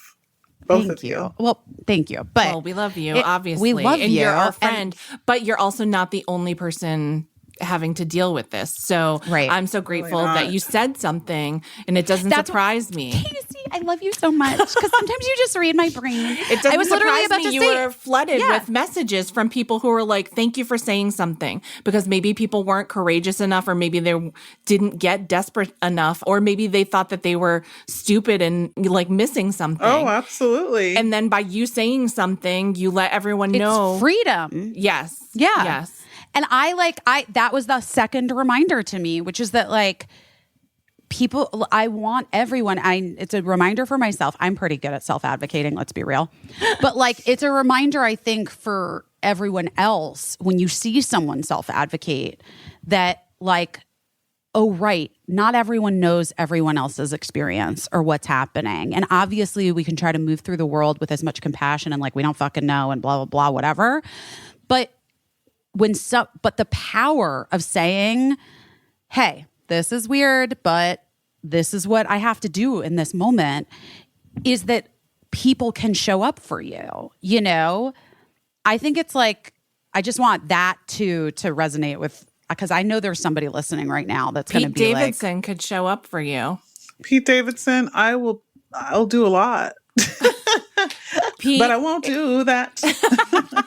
Pete, if you're listening, maybe you he's a fan. He's a real big fan. He's probably listening. You know? Yeah, mm-hmm. I know he's listening. Maybe he's a powerful person and he could talk to the union about like, he's very powerful. I'm earning like health insurance in perpetuity. So is there any way to kick some of my quarters over to people who, just had babies or are going through a rough time and are sick? Yeah, it just has to. Right. It has to change. It has to change. Yeah, we're gonna and do that's it. honestly how I think. I appreciate you. That's what I've taken from this. It seems silly to me that they wouldn't let it change. Like at this point, and I'm not threatening by any means, but I feel like you can't hear my story. I'm gonna be gathering stories as I go and say no to this. You just can't. And if you do, then you're not a union that's looking out for your people. And that I will say straight up, like, right. It has to change because it's just not right. It's a union. And like that reporter said, he was like, what? Yeah, it's a union. He did not understand it. He literally did not get it. And it's it not made no sense to surprising. him. It's not surprising because, again, it's such an abundant industry, and we're always hearing about the killer deals that people are making. But like, Liz, I've told this story a million times on the podcast, but when I was first a writer on the Rosie O'Donnell show, Rosie didn't know how writing contracts worked. And so she was like, why is Caissie so nervous? Why do her hands shake when she comes in to pitch? And the head writer was like, oh, because she's on a 13-week contract. She's 6 weeks in, and she already, she's got like another half of this contract and she's nervous. Like, if she doesn't kill it, maybe we don't renew her. And Rosie used her power to say, oh, I did not know that. I've never done this before. I didn't know that they were only working 13 weeks at a time. Do me a favor. Go to business affairs, ask them to pick up her contract for 2 years, write up a contract, and then take it to her, have her sign it, explain to her what it is, and tell her to relax and learn how to do this job. And see, this is not, she's not, what was that term you came up, the term for the people who will like advocate for something, but then when it comes to them, they're like, like NIMBYs. I didn't come up with it. Not in my backyard. Not in my backyard. And I can tell she's not a NIMBY. There's like so many in our industry. You can tell, like, I can tell y'all aren't NIMBYs. I know, like, and then you can tell the ones that are NIMBYs. You can kind of tell the ones that are just oddly quiet when things like this come up. They will don't remain want to quiet. hear it. Mm-hmm. And like, what is the point of amassing power? What is the point of gaining power in your industry if not to use it to like power other people? And that's what she did for me. And it honestly changed my life in like a million ways, but financially and security wise, like that was huge and enabled me to start a family within the next few years, but also like totally informed how I wanted to do everything for the rest of my life, and totally made me see like sometimes people just don't know shit. And once you tell them, then that's all they can see. And they're like, well, I have power. I'm not letting this go until it's solved for this person. This is ridiculous. It shouldn't be this way. Yeah. I love that.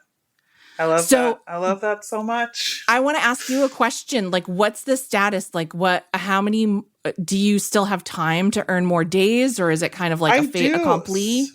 Well, I'm closer in earnings than I am in days. Okay. So I still have residuals coming in. I like, if Blackish airs twice, I'll be good. Okay. That's like what I'm hoping for.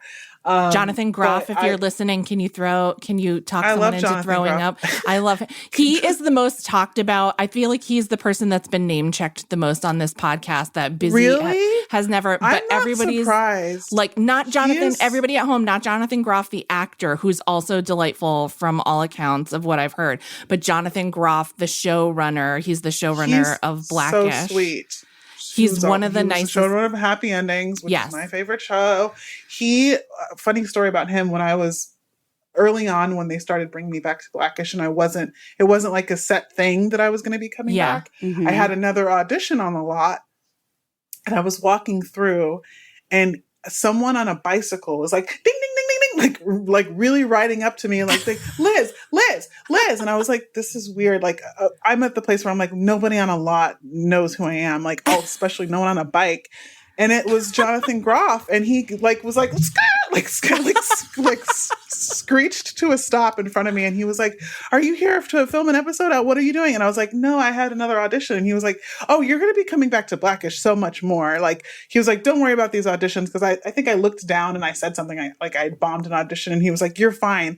And he was so sweet, and he was like, "We love you." Like, he just was like showering me with compliments, and I was like, holy shit, the showrunner of my favorite show of all time is showering me with compliments. Didn't have to do that. Yeah. Definitely didn't have to like ride his lot bike over to me and work like make it a point. It was so sweet. Yeah, he's amazing. And I know if he I think both of his shows, I have a feeling that if he was actively working on something, he would have called me in by now. But I know his show, Everything's Trash, is wrapped.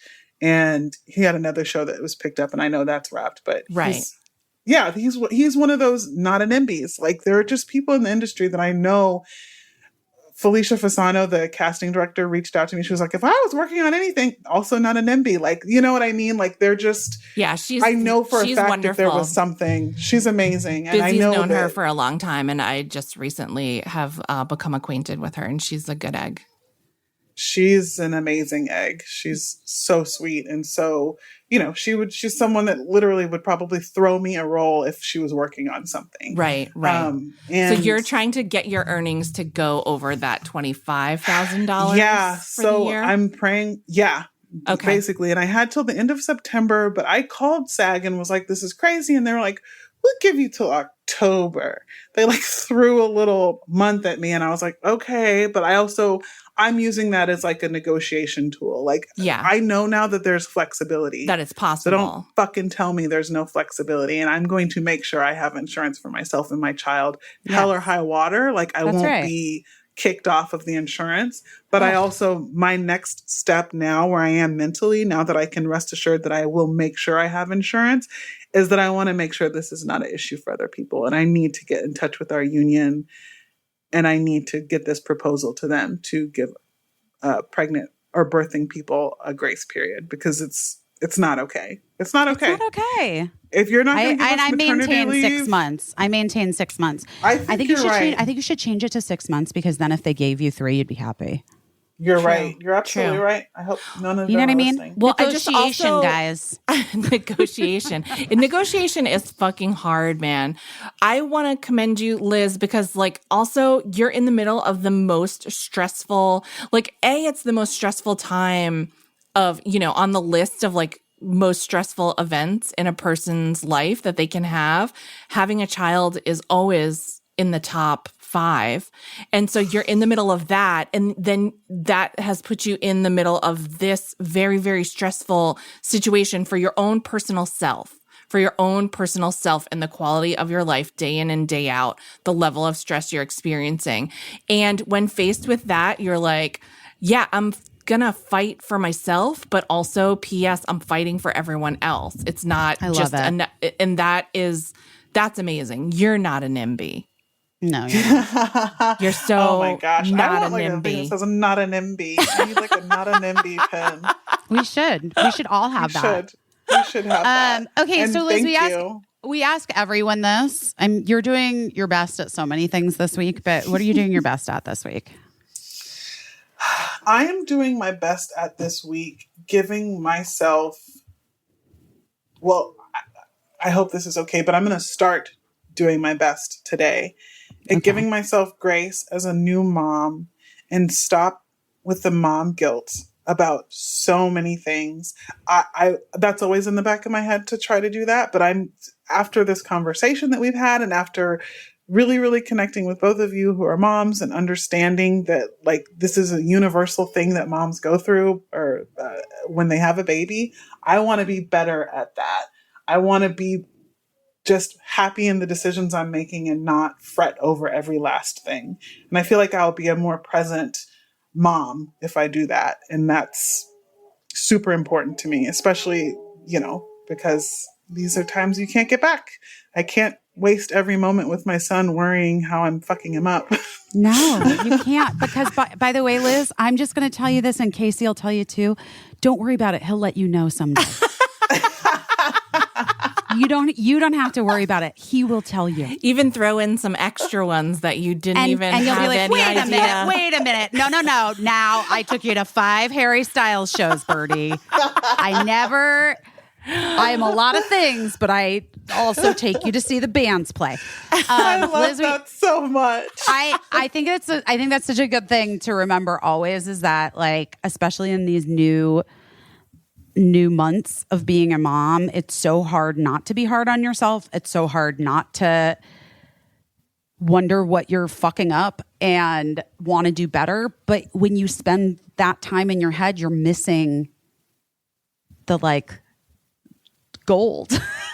You know what I mean? Like you're like in so many ways. So I think you're right. You will be more present and like able to be with Little Lando. What you didn't ask for any advice, but if I may offer some advice. No, I love mom advice. I love it. One thing that made a huge difference for me, because I just felt like so out of my depth in terms of like even just like the physical, putting the babies in the strollers and the car seats and like going out to the park. It just seemed so daunting and like so something that I was not cut out for. And so there just came a time when I was like, I'm going to muscle through this and grit my teeth and do this thing that I'm really not cut out for. It's not the thing that I was born to do. And I started to just lavish myself with compliments, being like, well, that went great. Like getting the baby in the stroller and getting him down the street to the park and feeding him a snack in the park and putting him on the swing. That all went great. I killed it. I did great at that, because those are not things that you would like. You think it's basic, and you're like, I should just automatically be able to do this. Oh, yeah. And like compliments are free. We've talked so much how much it's meaningful when someone compliments like your work and tells you that like you're doing a great job at your acting, and like you deserve to hear like you did a great job getting Lando in that swing. You know what I mean? Like I even remember there was a time when I came home from work and I put Eli in one of those mechanical swings, that like swings back and forth.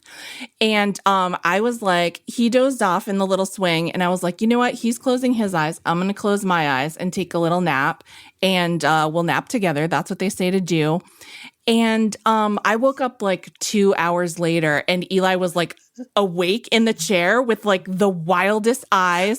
He looked terrified, but he hadn't made a peep, and he didn't wake me up. And I was like, well, you know what? That went great. It's fine. He's in the chair. He's safe. He needs a new diaper, but like, honestly, I got a great nap and it was all fine. So that went great. Good job. Good job, Mom. Good job. And good job, baby. Good job, baby. That is the most amazing I love it. thing I've ever heard. I really love it. But he was just awake, like she could wake up. Yeah, he just like looked like it was like centrifugal force had done something to his face. And he just was like, I don't know what to do. I don't know what's happening. But anyway, I was like, that for the ways that could have gone, that's the best case scenario. So good job to all of us. Obsessed. Good job to all of us. Oh my God. So just start giving yourself compliments, because you really you're killing it as much as a mom as you are as an actor, and you deserve the props. And unfortunately, like if I was following you around, I'd tell you every time you did a great job at something, but people aren't there all the time. So I guess you just have to tell yourself, but know that it's true, because I know you're a great mom. Thank you. You guys. That's such great advice. Oh my gosh. I'm like, I don't want to be a cry mess. We love a crying mess. Me too. Yeah. That's kind of her brand. That's actually the best advice I've gotten, and I've gotten a lot of advice. So thank you. Caissie. Yes. What are you doing your best at? Well, I'm doing my best at something for both of us, because we are, you might know if you follow us on Instagram or on the socials, that Busy and I are going to the Just for Laughs Con in Toronto coming up very soon. We're going to do a live episode of Busy Phillips is Doing Her Best. And so I've just been working on that and trying to get that organized on this end. And your manager, Chelsea, was really helpful in getting that all together. And your assistant, Blake, has also been helpful. Good.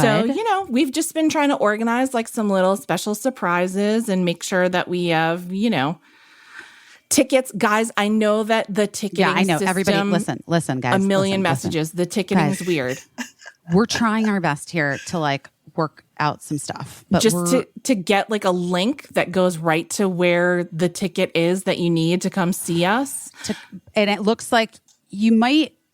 Like, do people need to have... Like, do you have to buy a pass for the whole thing? To be honest, TBH, I'm waiting to hear back from the festival how exactly it works. I just want a confirmation on like whether someone has to buy a pass or a ticket. I know it's really confusing. I found it confusing. Yes, I too found it confusing. And so we all know that it's confusing. And so the good news is like people haven't really got tickets yet because they're waiting for like information on how to get tickets. So you're not shut out of anything. But but I think there might be like a version where it's like a pass thing. Possibly, yes. And there's to get the pass. And there's there like different credits and tiers. And so I can see if someone's not trying to go for the whole festival to go see like John Mulaney and Mark Maron and come see us and go see Laurie Kilmartin and whoever. Like if you're not trying to do that, if you're just trying to come see us, which I think a lot of people are, then I can see how it's confusing. So I promise you, I'm trying to get an answer on that, and I will. We've been trying to get to the bottom of it, guys. We've really been trying hard. We are, and so, and I promise, once I have an answer about like what's the easiest way to do it, then we'll share it everywhere so that you know, so that you're not confused. Because we know you're confused. We were confused too. We love Just for Laughs. They're about laughs. They're saying we're just for laughs. We're. It's not called Just for Tickets. You know? No, they're like. Some people are about other things. We are just for laughs. Us? Oh, us? We're just for laughs. We're just for laughs. And therefore, like the tickets, like go to Just for Tickets if you want an easy ticketing system. What is wrong with us? Why do our brains work this way sometimes? I'm like, dude. I love it. It's right in the name. Happening? So maybe I will call Just for Tickets and ask them if they know like what's the easiest way to get a ticket to Just for Laughs. But we'll figure it out and we'll let you know. And we're so excited. And I will say I really identified with like, have you ever seen a comedian snap on Twitter when they're like, I'm going to Denver, and everyone's like, come to Chicago, and they're like, I just fucking was in Chicago. It's happened a million times where like a comedian loses their shit, and I know, like, I've seen it. And every time I'm like, oh man, you went too hard on that person, on that fan that just wanted to see you. But I did hear from everybody that's like, oh, I wish you weren't going to Toronto. I wish you were coming to this town. Who knows? Maybe in the future we will. So I was gonna say, like, we're gonna see how it goes. Yeah, just let us get through this one. Let us get through Just for Laughs. Let us try to provide some the requisite laughs at Just for Laughs. They're asking for laughs, guys. And so that's what we have to do that. We have to provide the laughs. Yeah. And so then after we do that, then we'll see about coming to your city. And that would be that. I mean, ideally, we'd like to maybe try to do some sort of thing. Yeah. You know? Yeah. So figuring out the tickets. Thank you to everyone that wants tickets and is confused. That means a lot to me because like just you wanting tickets is a huge deal.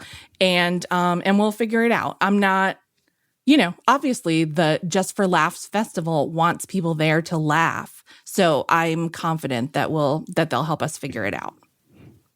Me too. I have faith.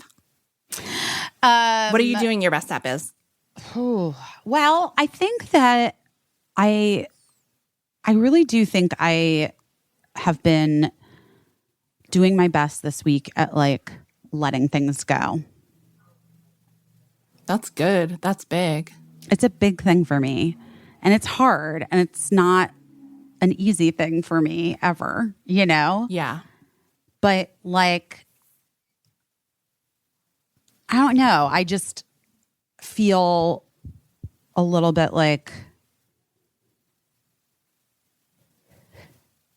I've been able to kind of like move through some stuff. Yeah.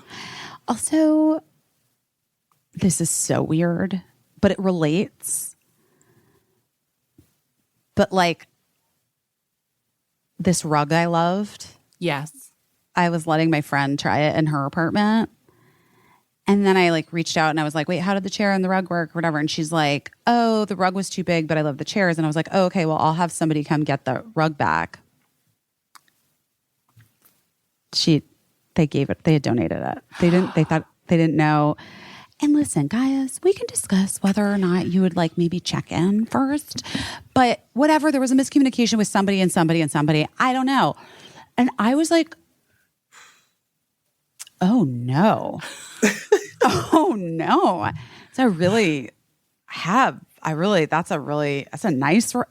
rugs are, I have historically spoken about how I think rugs are the most overpriced thing that you have to purchase for a home. Oh, we absolutely. briefly considered trying to start a rug business because we were like, why aren't we making this money? How do we make this rug get money? in on the rug game? The rug biz. Weaver. But the truth is, we're not in the rug business, and we're not going to be. But the bigger sort of truth is that I guess I had to let it go. You know what I mean? And like, I think that I have had stuff like that in my life where I'm like, oh, I have to let that go. But then I secretly, in like some corner of my brain, I'm holding on to it. Mm-hmm. And this was like a very giant version of that because like, I just had to let it go. Like there's nothing to be done. No, it just is what it is. And I had to fucking let it go. And like, I think that like that's my version of not being present in my life, Liz, is like holding on to some things, you know? Mm. And so then even like I'm not giving myself a hard time about it. Like thoughts come up, not just the rug, guys. Other things. But thoughts come up, they like present themselves, and I'm like, oh, there's that thing again. We gotta let that go. Like we're just gonna let it go. It's okay. We're gonna let it go. You know? Free up that space.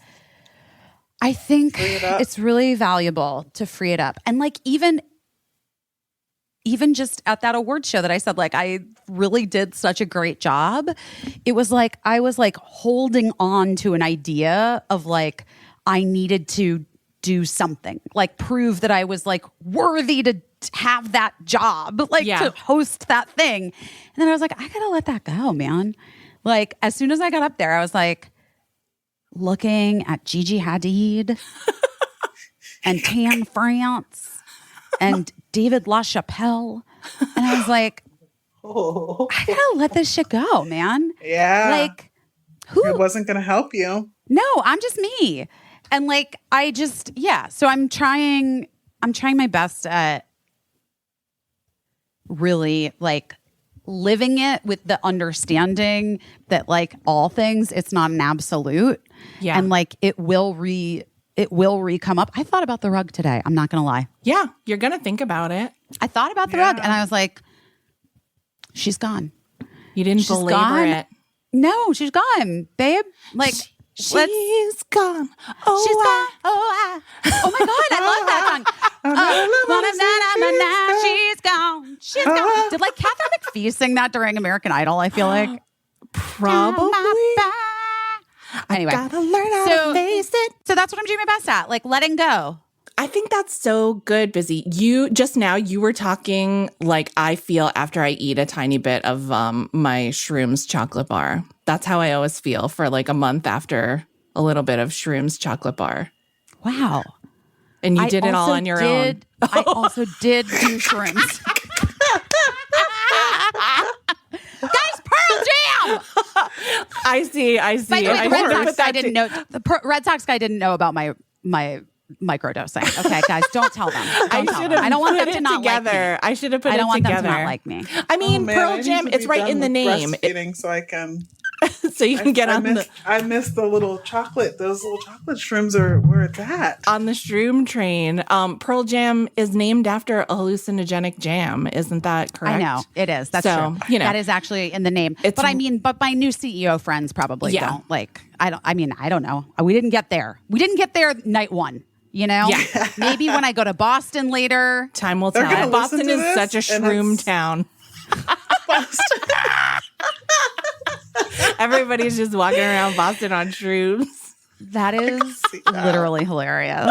That is literally hilarious. I will say. Oh my gosh. You know what? Sherrington. You were making me think of something like about letting go and like letting go of control. And my friend, Michael Bland, who I love so much, I call him friend. I hope he thinks of me as a friend. He was one of Prince's drummers and he's a super cool guy. And he's just like a fucking wise person beyond being like one of the most talented musicians I've ever seen in my life. He's such a wise person. And he said something the other day that made me think of you so much, Busy. And you talking about like letting go of control in that way also made me think of something that he said, which was sometimes it's good to let people just do what they're going to do because then you know what they would do.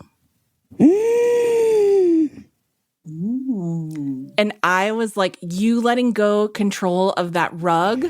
I feel like the things that I belabor sometimes are with people. And I think like anyone can identify. Well, me too. Yeah. But I was just using the rug as an example so that I didn't have to get like into like personal shit. You know what I mean? Because then other people who listen get their feelings hurt. You know what I mean? And then like, you got to hear about it. And then I got to fucking hear about it. And I'm letting that shit go. It's not I'm your job to letting hear about it. I'm letting it go. But I just thought about that. And I was like, sometimes I try to even pre-control the destiny of like a situation so much that I'm not letting people do what they're going to do. So sometimes people don't even have a chance to like do well, in my opinion. That's you know right. what I mean? Like that's exactly right. Yes. Right. And so you talking about like being up there and letting go of like this thing that you were holding on to for yourself, it just reminded me of Michael saying that and what I thought about what it meant about me in terms of other people and just being like, we just gotta do what we gotta do and see what we would do. And, you know, and also we gotta let other people do what they'll do so that we'll know what they do.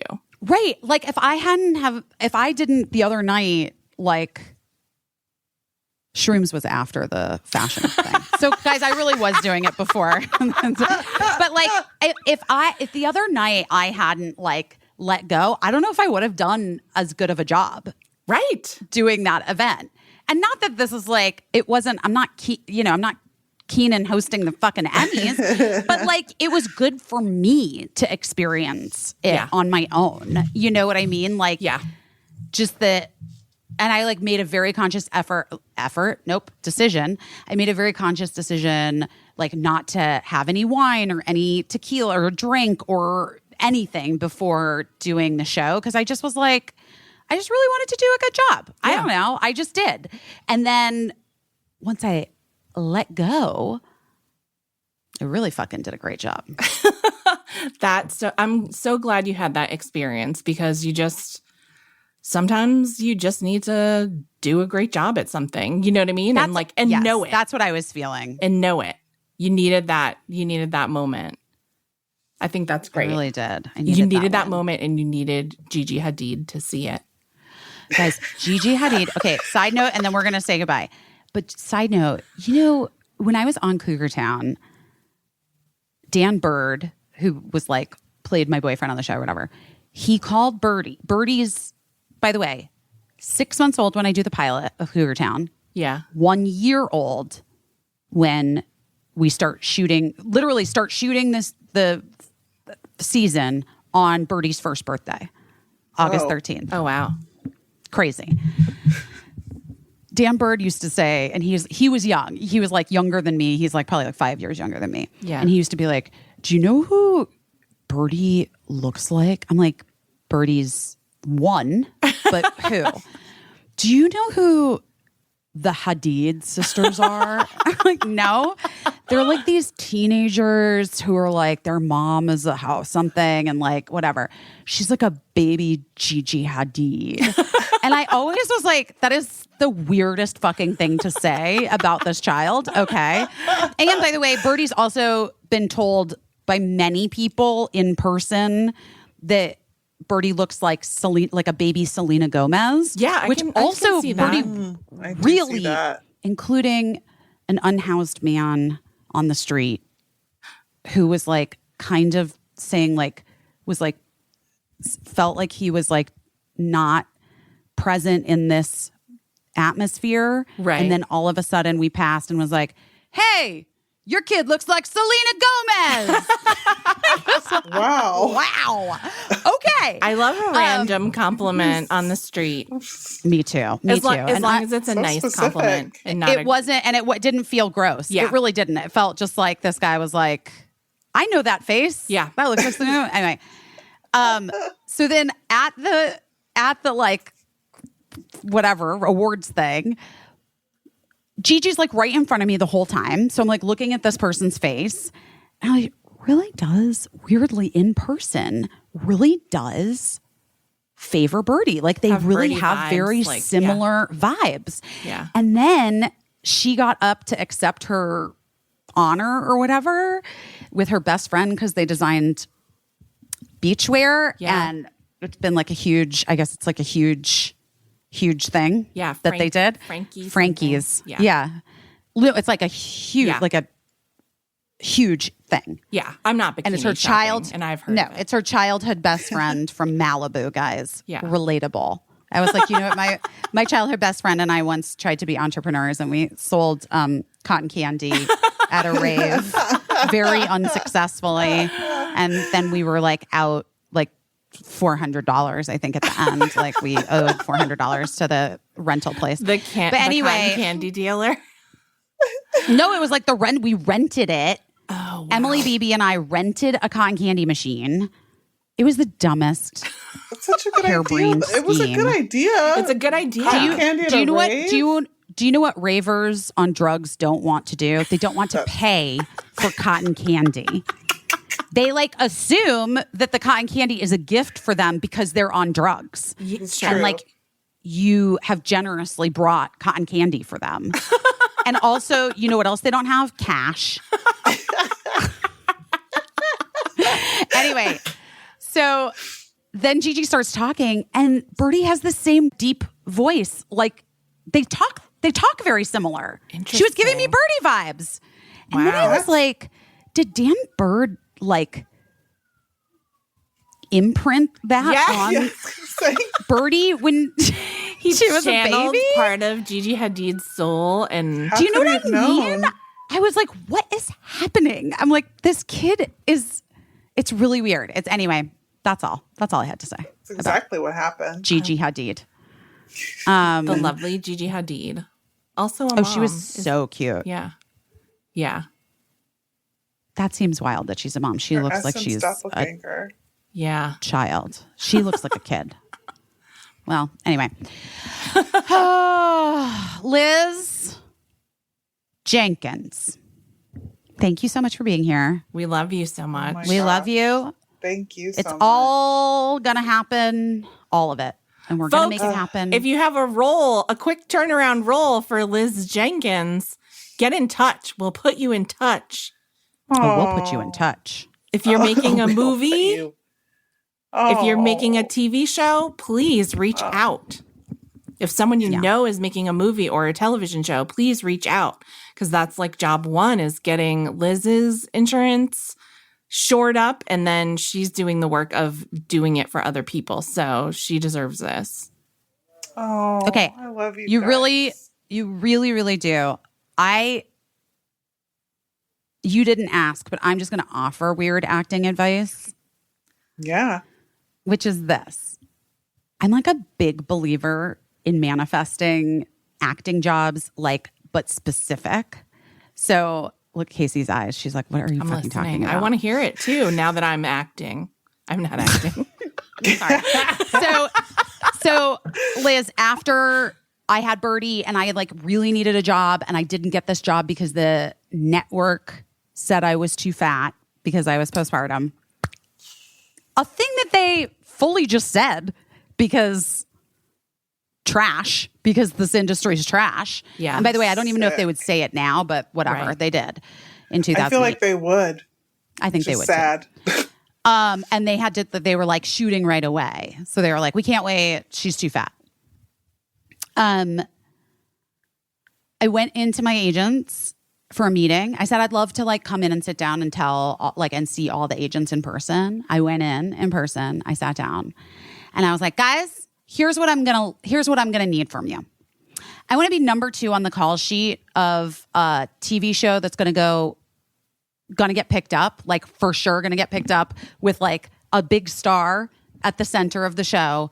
And I want to be number 2 on the call sheet, and I want it to be a network show because I want to do as many episodes as I can next year because I need to make money like ASAP.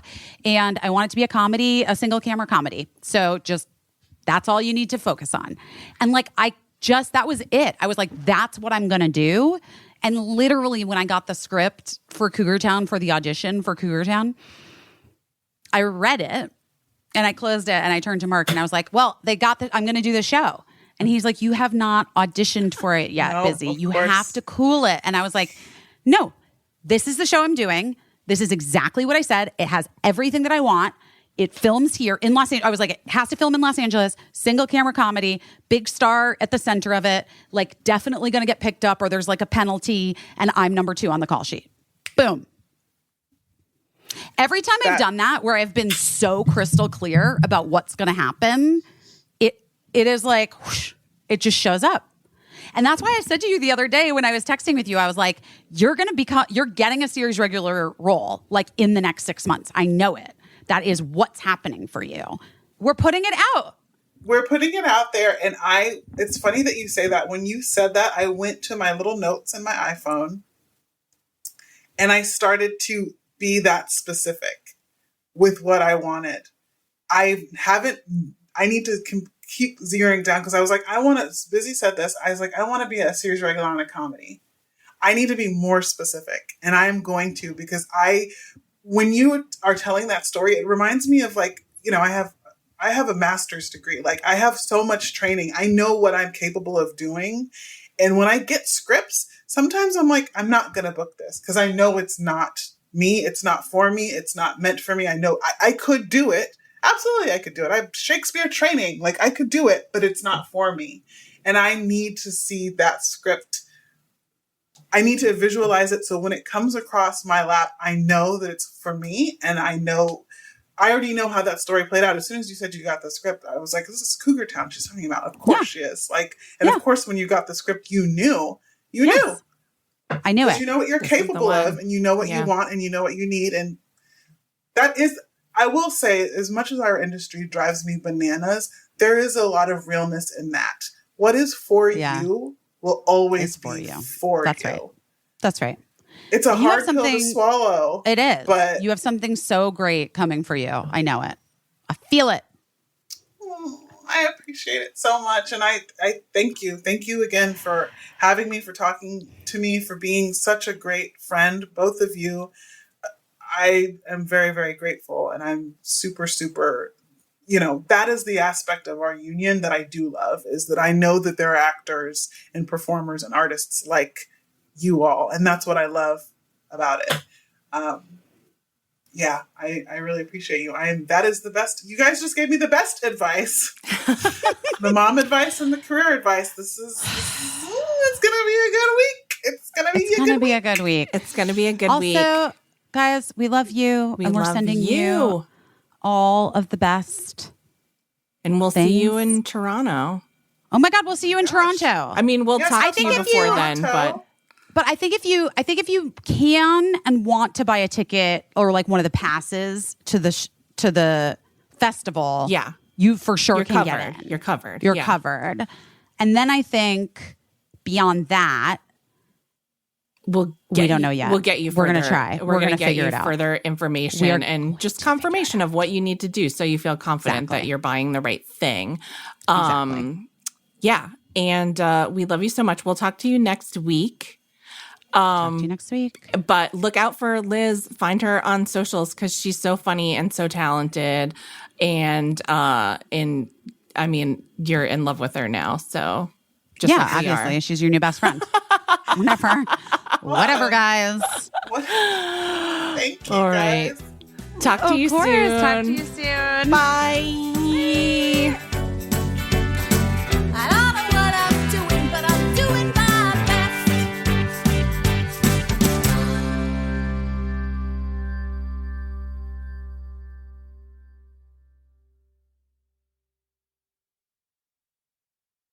Oh no.